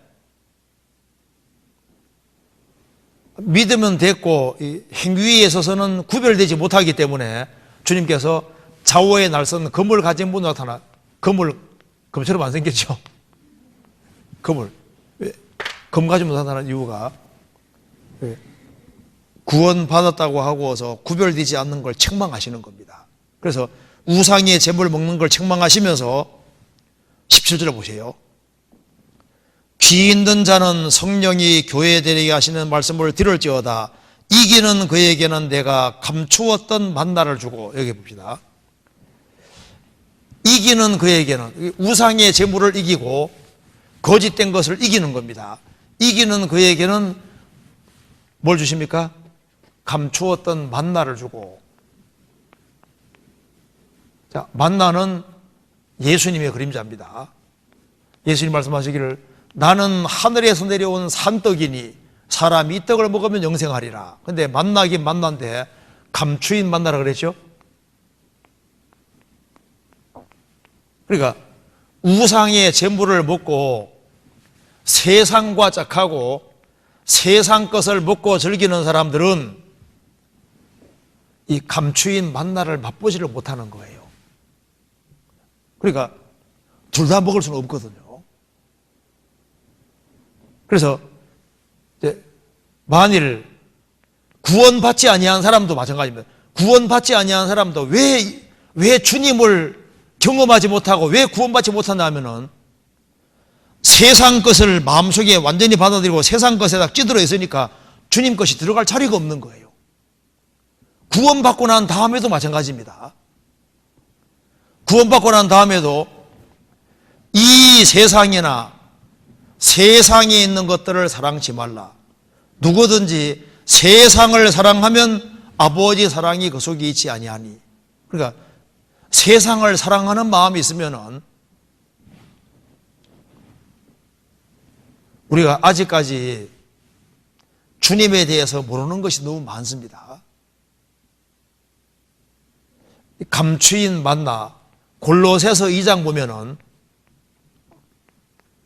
그 안에는 지혜와 지식의 모든 보화가 어떻게 되어 있다고요? 감추어 있느니라. 그러니까 이제 우리가 구원을 받아서도 주님을 다 아는 게 아니에요. 고린도서 2장에서도 하나님을 사랑하는 자, 이거 이제 하나님이 자기를 사랑하는 자들을 위하여 예비하신 모든 것은 눈으로 보지 못하고 귀로 듣지 못하고 사람의 마음으로 생각지 못하 같으니라. 그러니까 하나님이 하나님을 사랑하는 사람을 위해서 예비하신 모든 것이 있는데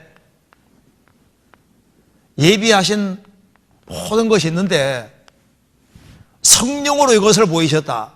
이제 예비하신 것이 너무나도 많이 있는데 성령께서 조금 열어서 이제 보이다가 천국 가면 이제 다 완전히 보여주시는 겁니다. 그런데 누가 감추인 만나를 먹고 감추인 보화를 캐내가고 예비하신 것을 점점 따라가느냐? 세상 것에 취해 있으면 감추인 만나는 못 먹는 겁니다. 그래서 여기 이기라 그 말은 거기에서 구별되는 사람은 주님이 감추인 만나를 주는 것처럼요, 주님을 깨닫게 해주시고 주님 말씀을 깨닫게 해주고 주님 말씀을 달게 만들어 주시는 거예요. 그래서 실제로 세상 것이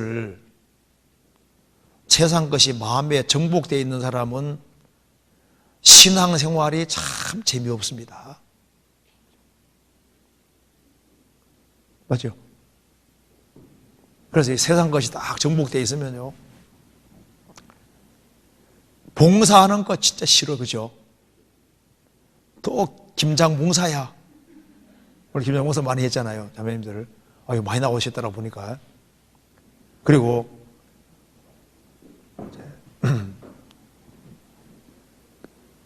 속에 이제 이 주님을 경험하는 것이 없어지면은 신앙생활이 고달파지고 힘들어지고 싫어지는 거예요. 그래서 주님께서 말씀했습니다. 이기는 그에게는 내가 감추었던 만나를 줄 것이다. 이 버가모 교회에게 하는 말씀입니다. 버가모 교회 성도들에게 주님이 좌우에 날선 검을 가지고 오셨는데 여기에 에베소 교회에 대해서는 처음 사랑을 버릴 때에는 내가 네게 임하여 이렇게 말했는데 버가모 교회에 대해서는 내가 속히 네게 임하여 16절에 속히란 말이 붙어 있잖아요. 그러니까 사랑이 시건가하고 세상과 짝하는 것은 또 다른 문제인 겁니다.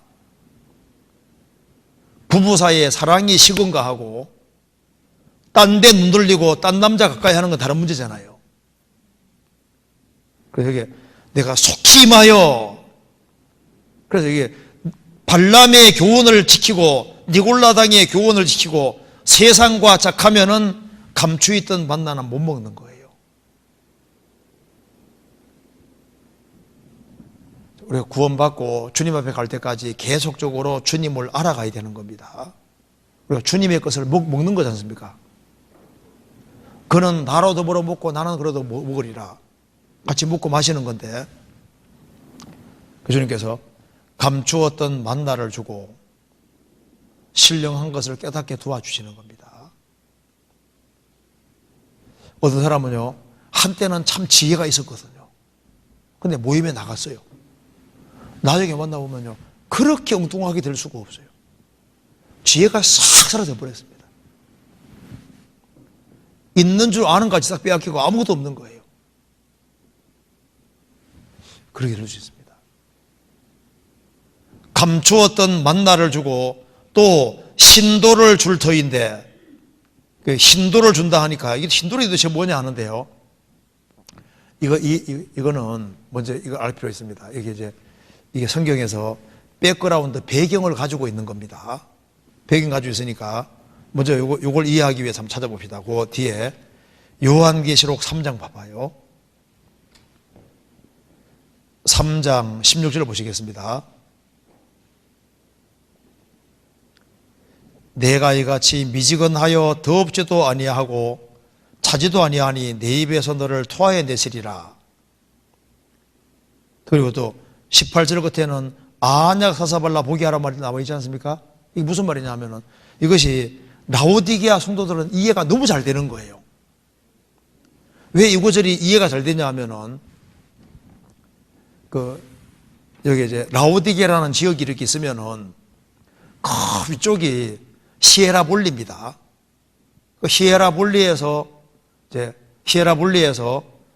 물이 뜨거운 물이 나오는데요. 뜨거운 물이 나와가지고 그 뜨거운 물이 여기 광물질이 많이 붙어 있습니다. 그래서 뜨거운 물이 흘러내릴 때 바위들이 많은 곳에서 흘러내리는데 그쪽에가 이제 부식돼가지고 이렇게 이제 화학작용 때문에 바위가 하얗게 보여요. 그래서 빰부갈래라고 저도 가봤는데요. 이제 과거에는 아주 뜨거운 물이 나왔는데 지금은 그래도 따뜻한 물이 나옵니다. 그래서 그 물이 이제 흘러서 이제 라오디게까지 가면 미지근해지는 거예요. 물이 미지근해집니다. 그리고 이제 광물질에 섞여 있으니 그 물 먹을 수가 없어요. 먹으면은 탁 토하게 되는 겁니다. 그래서 이 말씀을 읽을 때 라오디게아 성도들은 너무 쉬운 얘기인 거예요. 너희들이 어떻게 그 히에라볼리에서 흘러내리는 물이 라오디게아 오면 미지근해지는데 너희 신앙도 왜 그 모양이냐 그 말이잖아요. 그리고 너희들 그 물 먹어봐라. 먹을 수 있냐? 먹으면 토하게 되는 겁니다. 마실 수 없는 물이거든요. 그리고 이 당시에 여기가 안약 공장이 발달되어 있어서 여기가 굉장히 부유한 도시입니다. 라오디게아. 그러니까 여기 안약 매매가 많이 되고 눈약이 아주 여기에 눈약의 본산지잖아요. 여기가. 그러니까 안약 사발을 금방 이해가 된다 그 말입니다. 그러니까 이런 배경 가지고 지금 얘기를 하고 있는 거다 그 말입니다. 그리고 그 앞에 요한계시록 3장 여기 12절 보세요. 이기는 자는 내 하나님 성전의 기둥이 되게 하리니 그가 결코 다시 나가지 아니하리라. 그 나가지 않는다는 말을 왜 이렇게 하고 있을까요? 이게 빌라델비아 지역은 지진이 많아서 막 흔들리기 시작하면요, 보따리 사가지고 나가는 게 다반사인 겁니다. 그러니까 이제 이 지역은 이 불안한 지역인 거예요.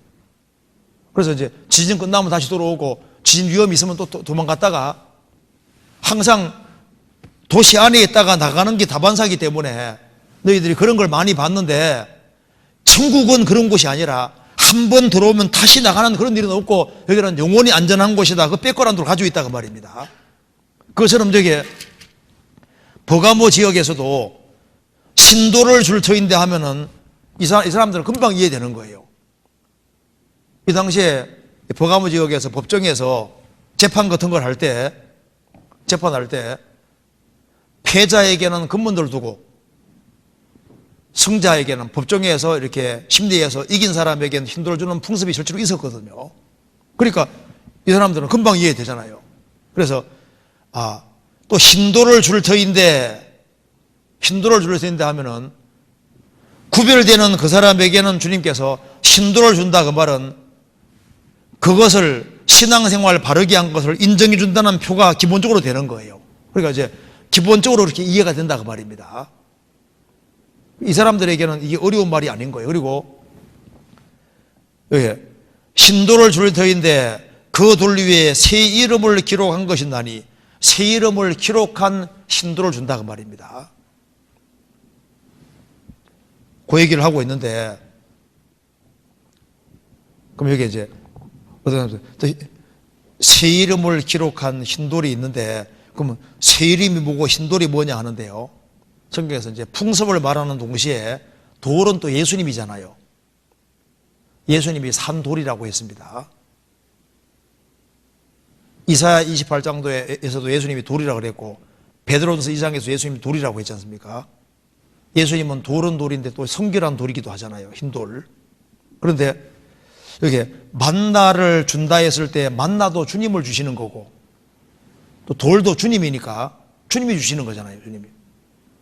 주님이 그 사람 신앙을 인정해 주는 거고, 그리고 여기에 새 이름을 기록한 것이 있다고 했는데 이 말이 맞아요.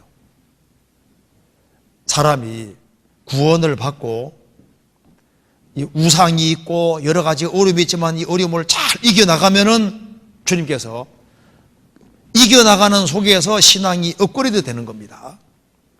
아브라함도 하나님 부르심 받고 난 이후에 여러 가지를 통과하고 어려움을 겪어가면서 뭐가 됐습니까? 아브라함이 아브라함으로 새 이름이 됐잖아요.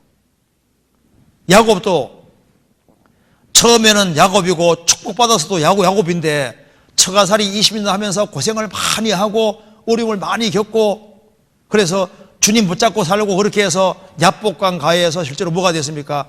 야곱이 이스라엘로 이름이 바꿔졌잖아요. 시몬도 나중에 이름이 뭐로 바뀌었습니까? 베드로로 바뀌었잖아요. 그리고 이제 여기 이제 야고보하고 요한도 보아너게 우리 아들이라고 이름이 바꿔졌습니다. 그래서 주님께서 새로운 이름을 주셨다는 것은 사람이 신앙이 그만큼 성장하는 것을 인정해 주는 걸 바라는 겁니다. 새로운 이름이 적힌 그 흰돌 준다는 말은 신앙생활 잘하는 걸 인정해 주는 것이고 주님을 더 알게 해주시는 것이고 그 사람 신앙이 성장하도록 도우시는 것이고 또 주님께서 그런 시련과 어려움을 잘 이기는 사람, 그 사람에게 실제로 새 이름을 주시는 거예요. 이건 뭐 교주 아무개 이름 준단 말이 아니고, 이걸 이해되시죠? 그래서 이제 구원받고 이 세상에서도 마찬가지인데요. 직원으로 처음 들어가고 좀 시간 지나가면 대리도 되고 대리라는 이름을 주잖아요. 과장 이름도 주고 나중에 상무란 이름도 주고 이렇게 이름 이제 주는 것처럼요. 구원받고 신앙이 성장하는 만큼 주님이 그 사람 신앙을 인정해 준다, 그런 의미입니다. 그래서 사례도 뭐로 바뀌었습니까? 사라로 바뀌었잖아요. 그래서 첫 번째는 이게 새 이름이라는 말, 여기 신돌이라는 것 자체가 이 당시에 벌써 그런 풍습이 있었고, 풍습뿐 아니라 실제로 여기 만나를 주는 것이, 만나가 주님이시잖아요.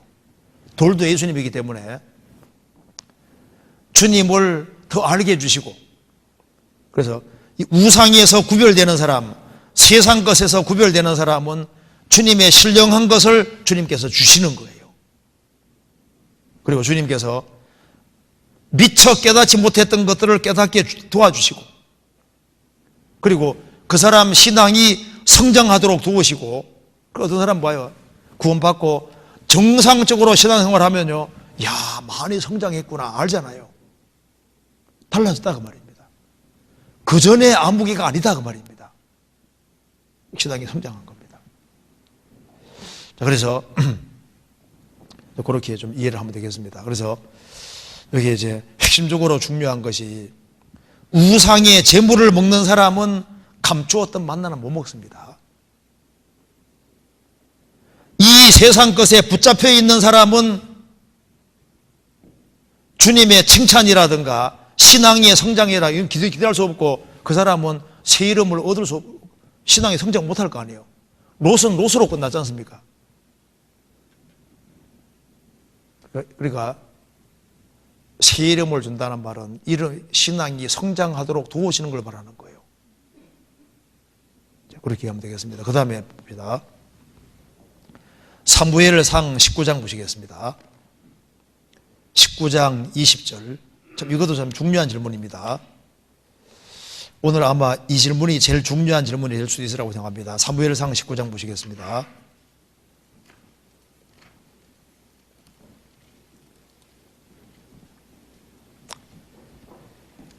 20절.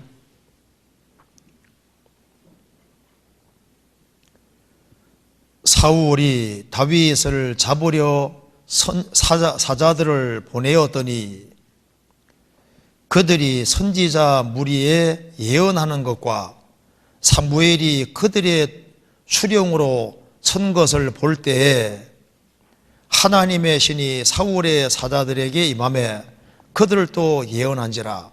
혹이 그것을 사울에게 고하매 사울이 다른 사자를 보내었더니 그들도 예언한 고로 사울이 세 번째 다시 사자를 보내었더니 그들도 예언한지라. 이에 사울도 라마로 가서 세구에 있는 큰 우물에로 물어 가로되 사무엘과 다윗이 어디 있느냐. 혹이 가로되 라마 나요세 있나이다. 사울이 라마 나요스로 가니라. 하나님의 신이 그에게도 임하시니 그가 라마 나요세 이르러 이래가지 행하여 예언하였으며 그가 또 그 옷을 벗고 사무엘 앞에서 예언하며 종이를 종냐에 벌거벗은 몸으로 누웠더라. 그러므로 속담에 이르기를 사울도 선자 중에 있느냐 하더라. 이 말씀에서 사울 왕이 보낸 사자들이 예언하는 내용이 나옵니다. 다윗을 죽이려고 하는 이들에게 하나님의 신이 임한 이유는 무엇인지 궁금합니다. 또 이들이 선자처럼 예언하는 것은 어떤 의미가 있는 것인지 설명 부탁드립니다. 이게 참 중요한 질문입니다.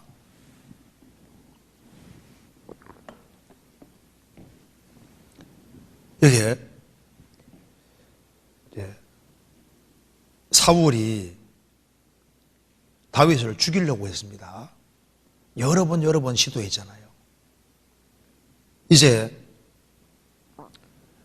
어떤 사람이 얘기했습니다. 다윗이 라마 나요스에 있습니다 하니까 사울이 다윗 잡으려고 사자를 보낸 거예요.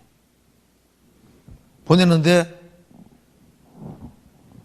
그들이 선지자의 무리에 예언하는 것을 보고 사무엘이 그들의 수령으로 딱 선 걸 볼 때 하나님의 신이 임해서 사자들이 예언했다.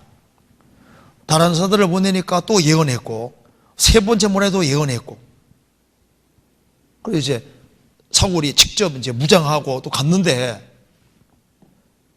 사울도 예언하고 무장 해제하고 옷을 벗었다고 되어 있잖아요.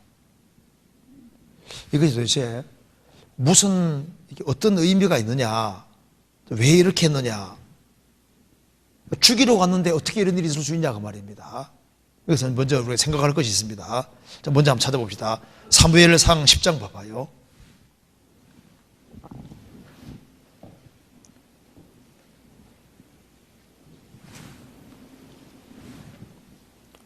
(10장) 10절입니다.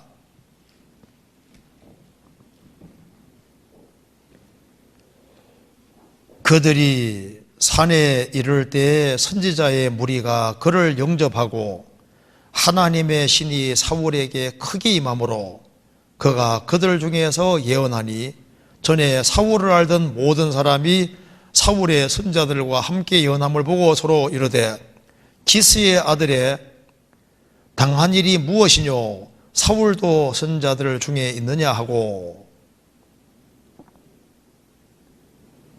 이게 이제 속담이 됐습니다. 여기 이제 이 구약 시대의 신은 신약 시대와 같이 구원의 보증하고는 관계 없습니다. 그래서 이제 하나님이 이 하나님의 신이 임했다는 것은 하나님이 강력하게 역사한 걸 말하는 겁니다. 하나님이 강력하게 능력을 행사한 걸 말하는 겁니다. 구약 시대 때 성령께서 임하셨다는 건 하나님이 역사 나타낸 거지 않습니까? 발람 선자에게도 하나님 신이 임하니까 하나님 말씀을 했잖아요. 그죠? 그러니까 발람은 구원 안 받았지만은 하나님의 신이 임할 때 어떻게 했는지 아시죠? 하나님 말씀을 했습니다. 그러니까 악신이 임하면은 잘못된 말을 하지만은 하나님의 성신이 임하면은 하나님 편이 되는 거잖아요. 하나님이 아주 강하게 역사했다 그런 뜻입니다. 이걸 잠깐 적고 찾아봅시다. 잠깐 적고 민수기 한번 보세요. 민수기 24장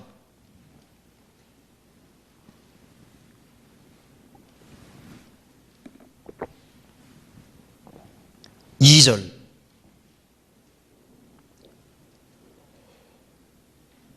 눈을 들어 이스라엘이 그 지파대로 거하는 것을 보는 동시에 하나님의 신이 그 위에 임하신지라. 발람 선자에게 하나님의 신이 임하시니까 발람 마음과 생각이 붙잡혀서 뭐 했습니까? 하나님 말씀을 쫙 했잖아요. 그죠? 거짓 선지자인데 하나님의 신이 강력히 임하시니까 하나님 편에 서는 말을 하게 됐잖아요. 그리고 하나님께서 사울에게 하나님의 신이 임하시니까 사울이 아주 크게 변해서 하나님 편에 서는 사람이 되고, 그리고 하나님이 아주 강력히 역사해 주신 겁니다. 그래서 여기에 신이 임했다는 것은 하나님이 아주 강하게 역사한 걸 말하는 겁니다. 그런데 이것이 구원의 보증은 물론 아닌 거예요. 자, 그런데 여기에 사무엘상 19장 다시 봅시다.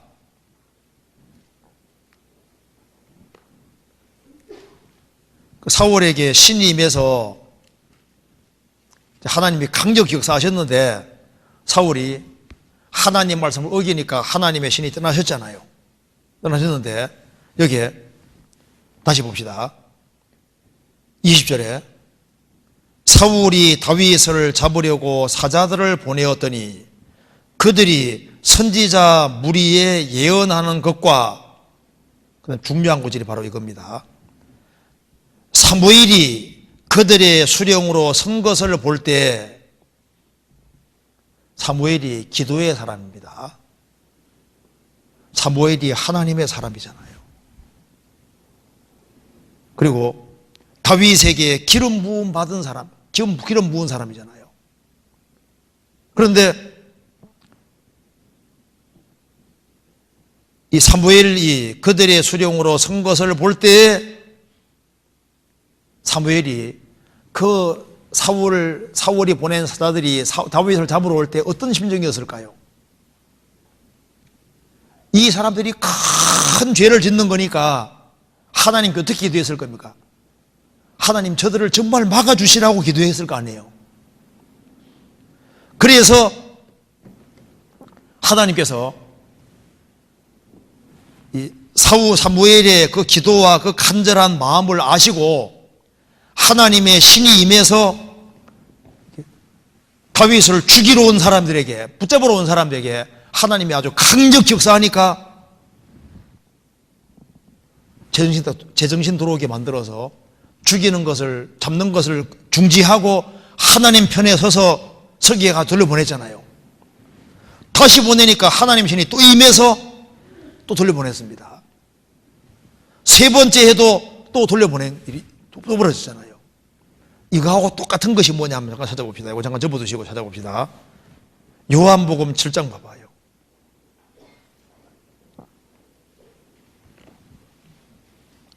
7장 45절입니다.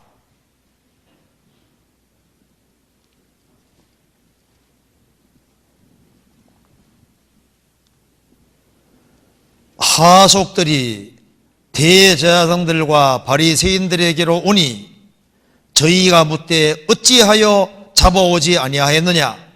하속들이 대답하되 그 사람의 말하는 것처럼 말한 사람은 이때까지 없었나이다 하니 바리새인들이 대답하되 너희도 미혹되었느냐?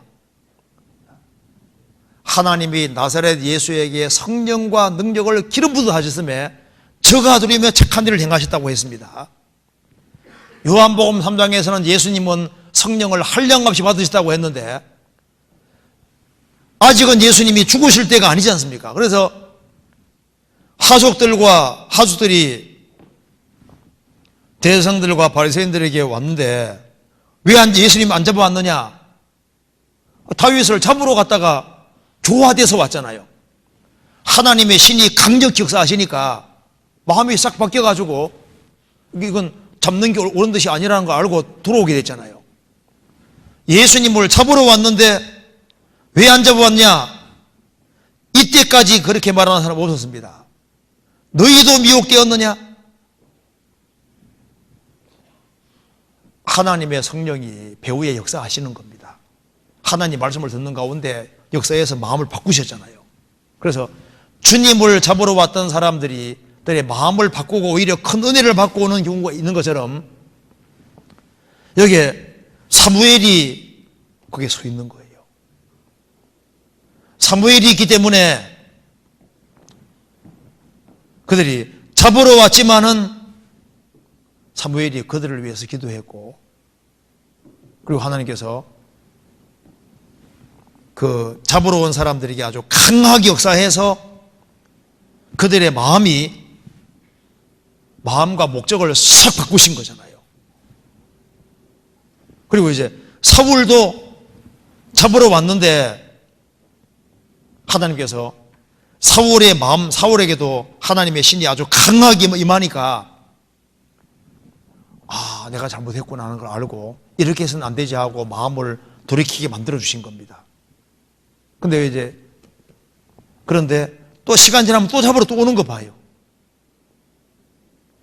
그래서 나중에 끝까지 안 돌이키니까 어떻게 했습니까? 그러니까 하나님께서 손 놔버린 겁니다.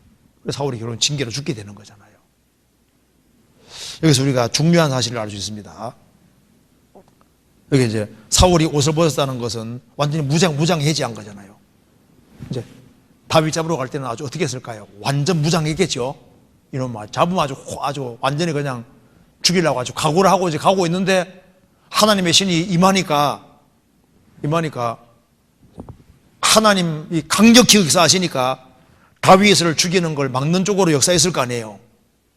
그렇게 하니까 이제 예언하고 무장해제하고 그때는 하나님 편이 되는 거예요.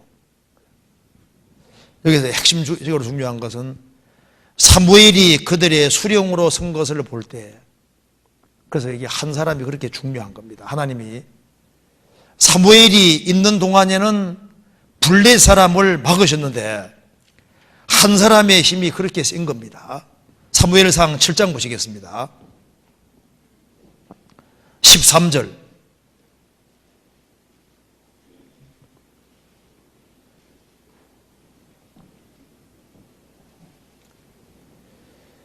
이에 블레셋 사람이 굴복하여 다시는 이스라엘 경내에 들어오지 못하였으며 여호와의 손이 사무엘이 사는 날 동안에 블레 사람을 막으심에, 여호와의 손이 사무엘이 사는 날 동안에 블레 사람을 막으심에, 하나님이 사무엘이 아주 강력히 역사하신 거예요. 그래서 다윗을 잡으러 올 때 사무엘 선지자를 보는 즉시 하나님의 신이 아주 강력히 역사하시잖아요. 그래서 교회를 막 대적하러 왔다가 전도회 말씀 듣고 대적하러 왔다가 마음이 싹 변하는 경우가 있죠. 교회 안에 성령께서 강하게 역사하시면은 이런 반대 현상이 벌어지는 거예요. 그리고 여기에 한 사람이 참 중요한 겁니다. 사무엘 한 사람이 하나님 편에 서 있으니까 이 사무엘 한 사람 때문에 많은 사람들이 좋은 영향력을 받고 하나님의 성령이 아주 배후에 강하게 역사할 수 있잖아요.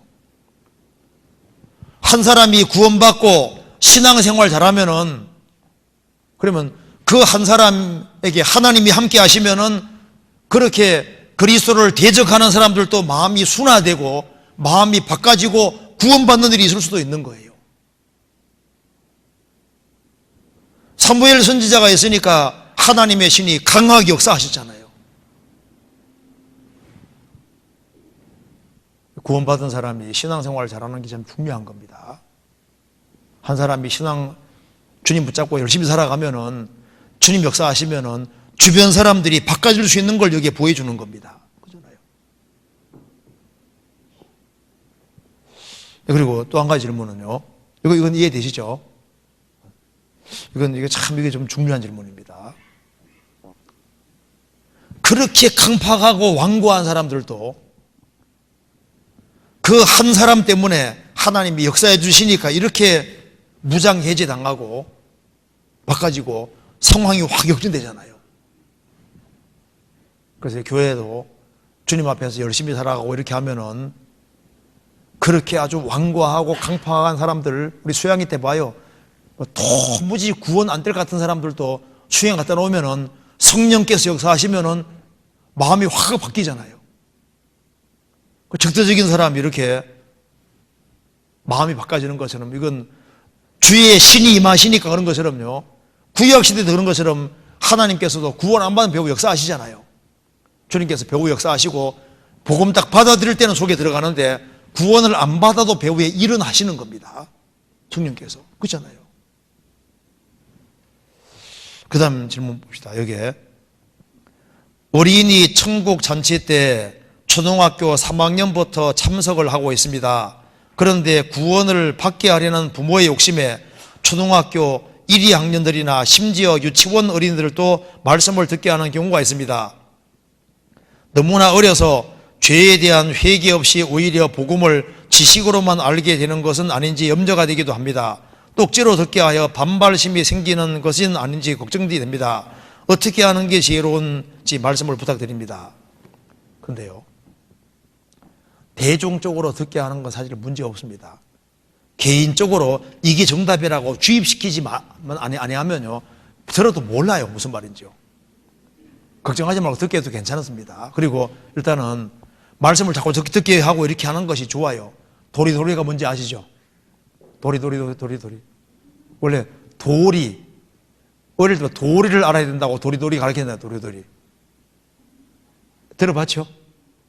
도리도리 교회에 도리도리가 도리를 알아요. 도리를 어릴 때부터 도리를 깨우치라고 어릴 때부터 배우는 것이 맞습니다. 그래서 전수집회 때는요, 애들 듣게 해주는 게 좋은 거예요. 근데 이제 부모가 이게 정답이라고 주입만 안 시키면요, 별 문제 안 생겨요. 정답이라고 주입시켜가지고는 이게 될지 몰라도 그냥 설교 말씀 들어가지고는요, 자기가 준비가 안 되면 이게 안 깨우치게 돼 있습니다. 거기 걱정할 거 없어요. 성경 찾아봅니다. 잠언 22장 봐봐요. 잠언 22장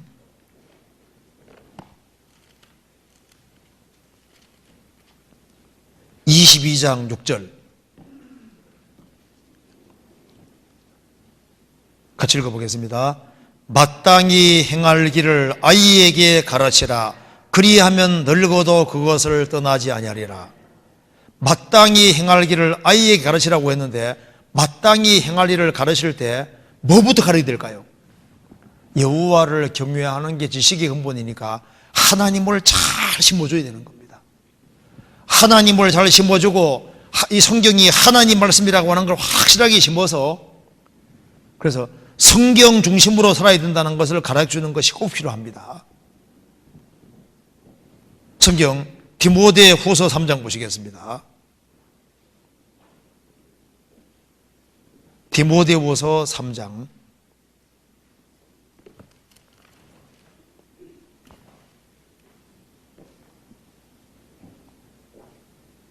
15절 같이 읽겠습니다. 또 내가 어려서부터 성경을 알았나니 성경은 능히 너로 하여금 그리스도 예수 안에 있는 믿음으로 말미암아 구원에 이르는 지혜가 있게 하느니라. 내가 어려서부터 성경을 알았나니 성경은 능히 너로 하여금 그리스도 예수 안에 있는 믿음으로 말미암아 구원에 이르는 지혜가 있게 하느니라.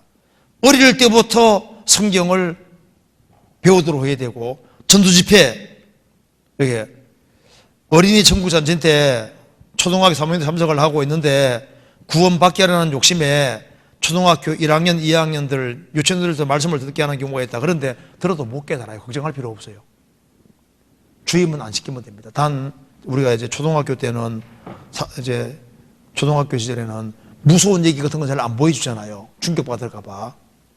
그런 거 이제 빼가기 되기 때문에 큰 무리는 없을 겁니다. 그리고 이제 어릴 때부터 예수님이 우리 때문에 죽었다 그런 얘기 들어도 깨우치시는 게 아니고 들어두는 게 좋아요. 나쁘지 않습니다. 우리 옛날에는요 막 복음을 감춰놓고 이거 하면 혹시 깨우칠까 봐 잘못 일어나랄까 봐 해집었는데 아무리 폐역해도 몰라요. 그리고 이게 들어서 알고 있는 거지 않습니까? 성령께서 강하게 역사하면 다 날아가 버려요. 자기 구원 안 이런 거 확 드러나게 되어 있습니다.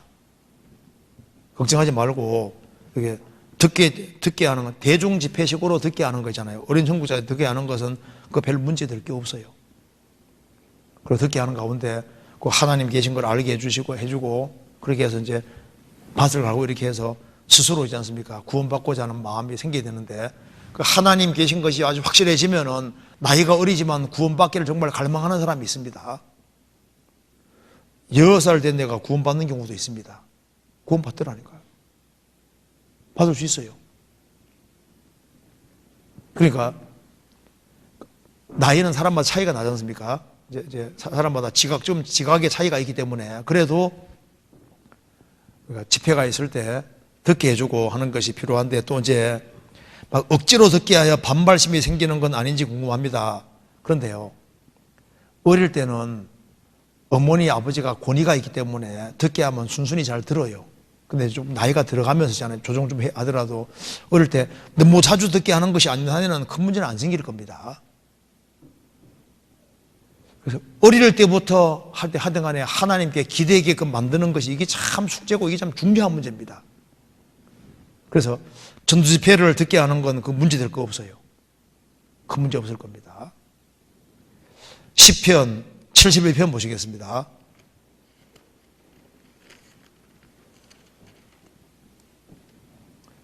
(5절) 71편 5절 주 여호와여 주는 나의 소망이시오 나의 어릴 때부터 의지시라. 17절 같이 읽겠습니다. 하나님이여 나를 어려서부터 교훈하셨으므로 내가 지금까지 주의 기사를 전하였나이다. 나를 어려서부터 교훈하셨으므로. 여기에 유치부 초등학교 1학년, 2학년들 굉장히 중요한 겁니다. 그래서 교회 연결을 시켜서 말씀을 계속 배우게 만들고 집에서도 이제 뭐 아장아장 성경도 있고 있지 않습니까? 성경 이렇게 쉬운 것도 있지 않습니까? 분량에 맞게끔. 그래서 어쨌든 간에 성경을 가까이 할 수 있는 길을 자꾸 만들어서 어릴 때부터 성경을 잘 가르쳐 주는 게 참 중요합니다. 시편 44편 찾아봅시다.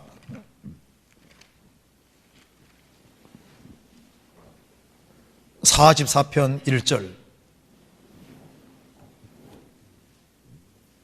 같이 읽어보겠습니다. 하나님이여 주께서 우리 열조의 날 곧 옛날에 행하신 일을 저희가 우리에게 이르매 우리가 귀로 들었나이다. 우리 귀로 들었나이다. 하나님이여 주께서 우리 열조의 날 곧 옛날에 행하신 일을 저희가 우리에게 이름에 우리 귀로 들었나이다.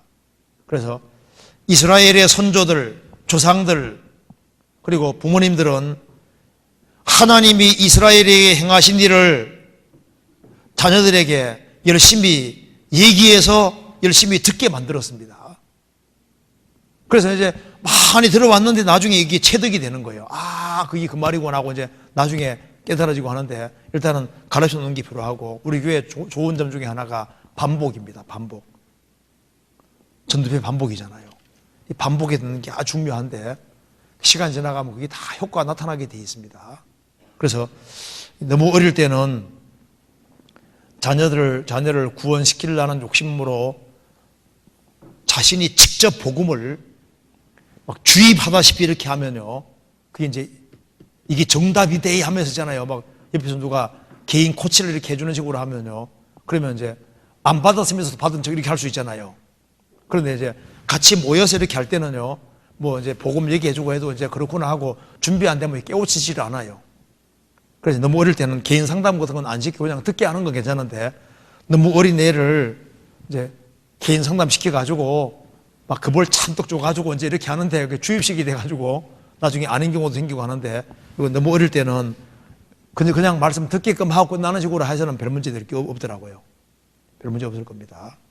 그래서 이걸 주입시켜서 여기에 정답이라고 이렇게 넣어주는 식으로 그건 조금 삼가하는 게 좋을 수도 있어요. 그래서요, 일반적으로 들어서는 준비가 안 되면 그냥 다 흘러 넘어가지, 그것으로 준비 안 되면 성령께서 깨닫게 안 해주시거든요. 그래서 그냥 듣게 할 때는 큰 무리가 없으리라고 생각합니다. 그리고 이제 나머지 이제 또 케이스가 다를 경우가 있는데, 그런 곳은 또 개인적으로 이렇게 얘기를 해주는 게 좋을 것 같아요. 그래서 이제 상담 교사들도 있고 하니까 이제 그런 거 해가지고 애 상태를 잘 봐가면서, 또 나이가 어리지만 좀 성숙한 애들도 있거든요. 나이가 어린데 아주 굉장히 조숙한 애도 있고, 나이가 어린데도 불구하고 영적으로 좀 밝은 애들도 있고, 뭔가 정말 이게 진지하고 심각한 애들도 있는 거예요. 또 어떤 애는 보면 초등학교 2학년, 3학년인데도 불구하고 과거에 보면요, 앞에서 다 말씀 잘 듣고도 이해도 잘하고 신통해요. 움직이지도 않고 딱 듣고 1시간 반 이상을 듣고 있거든요. 그리고 또 이해가 또 잘 된다 그리고, 그리고 또 해외에 가보면은 나이가 아주 어린데 아버지 어머니에게 교육을 철저히 받았는지 꼼짝도 안 해요. 다 끝까지 듣고 있습니다. 그래서 사람마다, 학생들마다 다를 수 있기 때문에 그걸 상황을 잘 고려해가지고 듣게 하되, 하나님 말씀을 이렇게 듣고자 하는 부모 욕심에 자녀에 대해 욕심 부리는 거 맞죠? 그래서 들을 수 있는 기회 있을 때 이제 듣게 하는 거, 그런 것이 죄에 대한 회개가 없이 복음을 지식으로 알게 될 것이 아닌지 염려된다. 근데 꼭 그렇지는 않아요. 이건 큰 문제 안 생길 수 있습니다. 그래서 딱 스스로 하나님 계신 게 정말 확실히 딱 믿어지면은 고민이 딱 생기게 돼 있다니까요. 어찌 알고 이 마음이 생기게 돼 있거든요. 그리고 자기가 정말 찾는 마음이 있으면 성령께서 도와주시면 구원이라는 게 이루어지게 되는 겁니다. 네, 그리고 다른 질문이 좀 있는데 시간이 지났으니까 이 정도 하도록 합시다. 네, 같이 기도하시겠습니다. 자비로우신 우리 아버지 하나님, 저희들을 주의 보배로운 피로 구원해 주신 것을 감사합니다. 역사의 마지막 시대를 살아가는 저희들, 주님께서 마음을 일깨워 주시고 주님을 더욱 가까이 할 수 있도록 역사해 주옵소서. 그리고 우리에게 나오는 사람들을 실제로 주님 품으로 인도할 수 있도록 도와주시고, 우리의 사랑하는 자녀들, 우리의 가족 식구들, 또 우리가 접촉하는 사람들을 어찌하든지 주님 품으로 인도해서 주 안에 굳건하게 세울 수 있도록 역사해 주시고 우리 모두를 귀하게 사용해 주옵소서. 성경에 나와 있는 믿음의 선진들을 본받을 수 있도록 도와주시고, 나머지 생에 주의 영광을 위해서 특경할 것을 더욱 알 수 있도록 도와주옵소서. 주 예수 그리스도 이름으로 기도하옵나이다. 아멘.